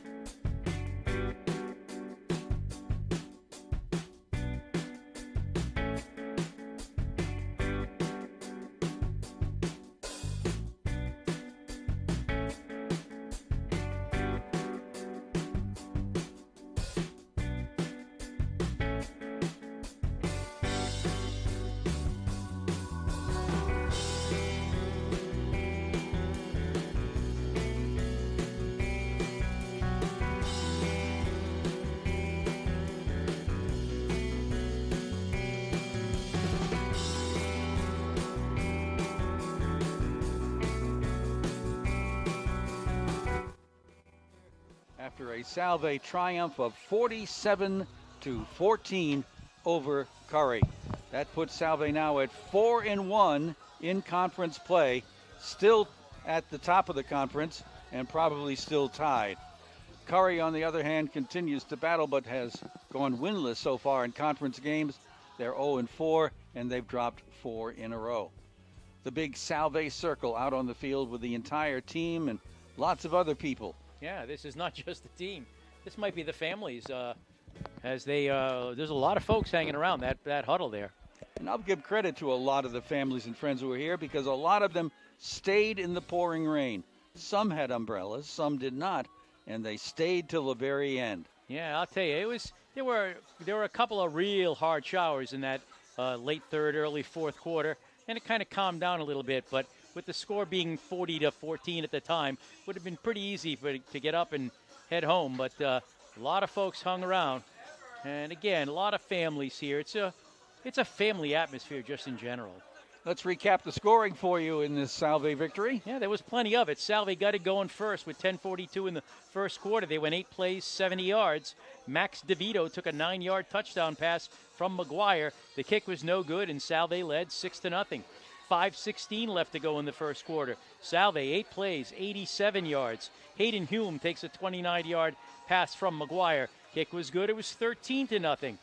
3:53 left to go in the first quarter. Salve, after an interception by Matt Sylvia, went 15 yards on 1 play. Pat Travers, a 15-yard touchdown pass from McGuire. It was 19-0. Then, after Salve fumbled a punt, Curry went 4 plays, 17 yards. Edison Thompson took it in from the 2. Kick was good, and it was 19-7. With 5:42 left to go in the half. Salve again, 7 plays, 48 yards. Max DeVito, 19-yard catch from McGuire. Kick was good. It was 26-7. But then Curry got the ball back, went 2 plays, 41 yards after an interception. Gabe D'Souza took a 17-yard pass from Mulaney. The kick was good. It was 26-14. That's where we stood at halftime. Second half, all Salve. Third quarter, 10:53 to go. Salve finishes an 8-play, 65-yard drive. Max DeVito, a 4-yard pass from McGuire. The kick was good. It was 33-14. Also in the third quarter with 6:11 to play. Salve goes 5 plays, 66 yards. Nick Lane, an 8-yard touchdown run. Kick was good. It was 40-14, and the route was essentially on at that point.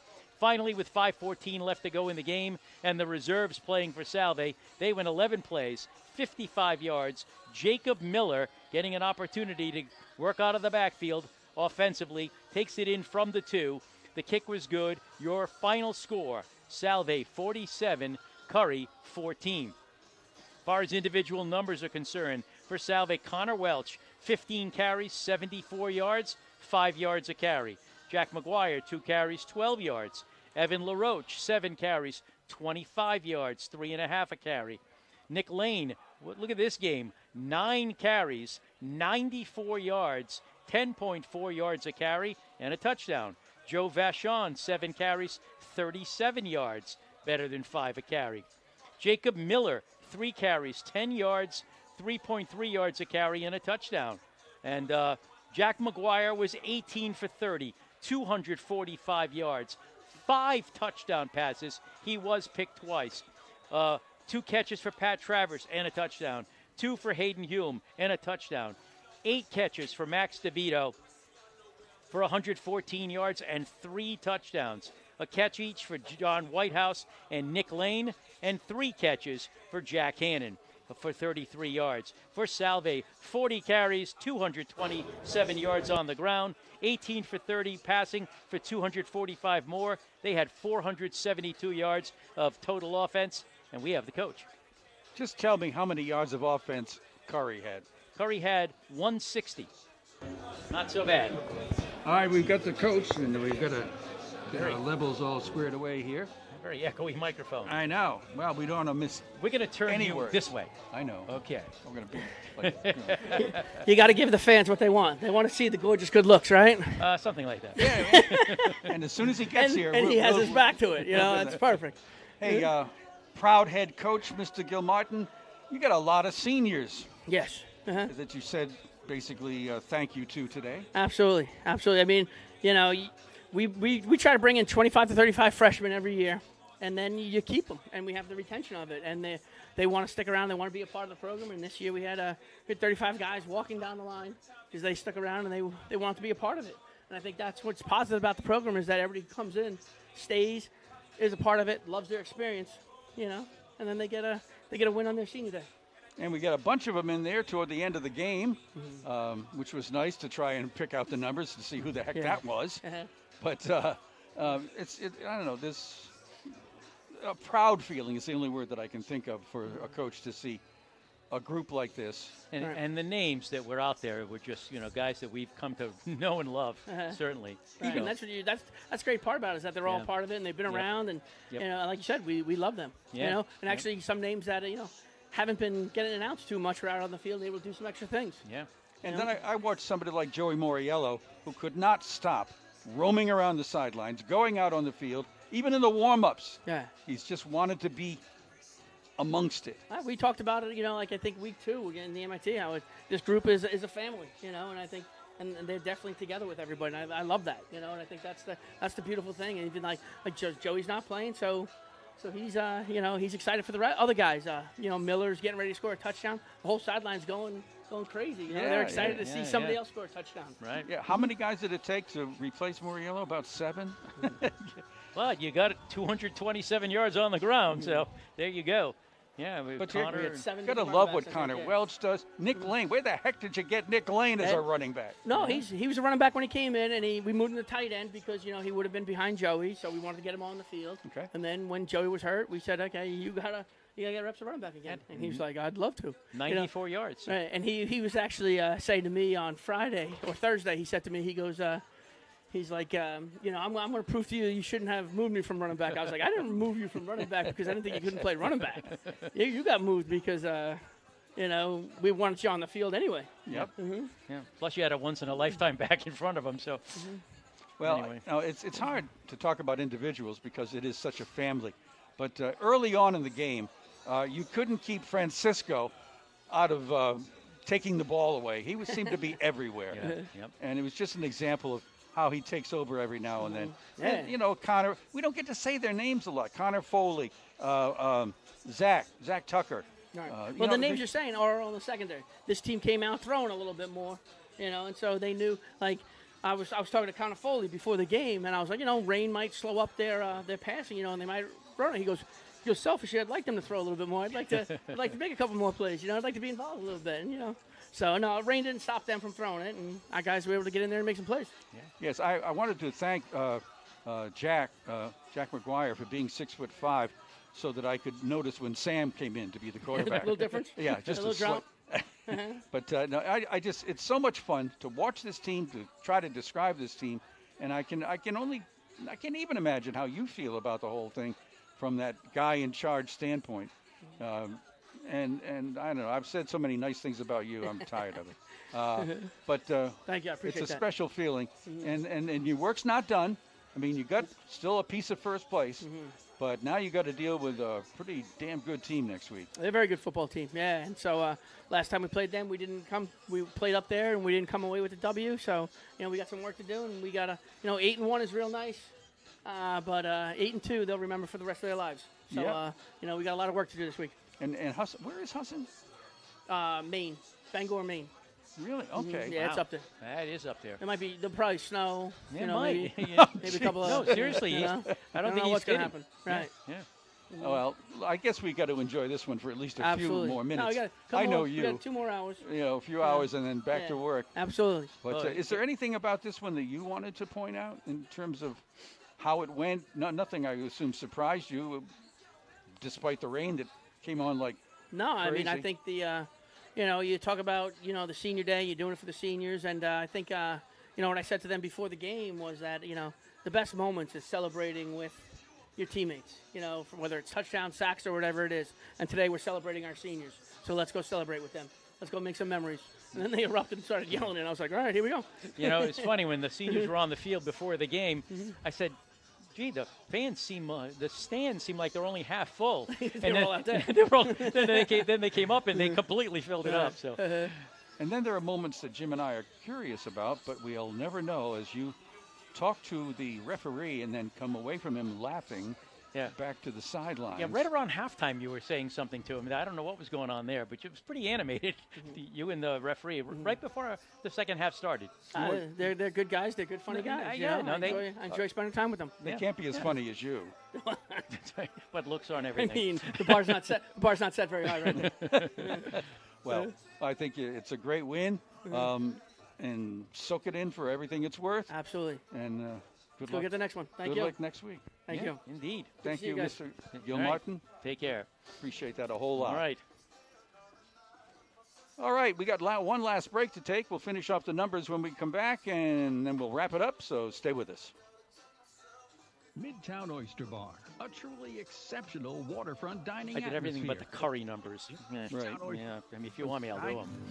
Delivery, open Sunday through Thursday from 11:30 I don't a.m. know. to 9 p.m. Closed for lunch.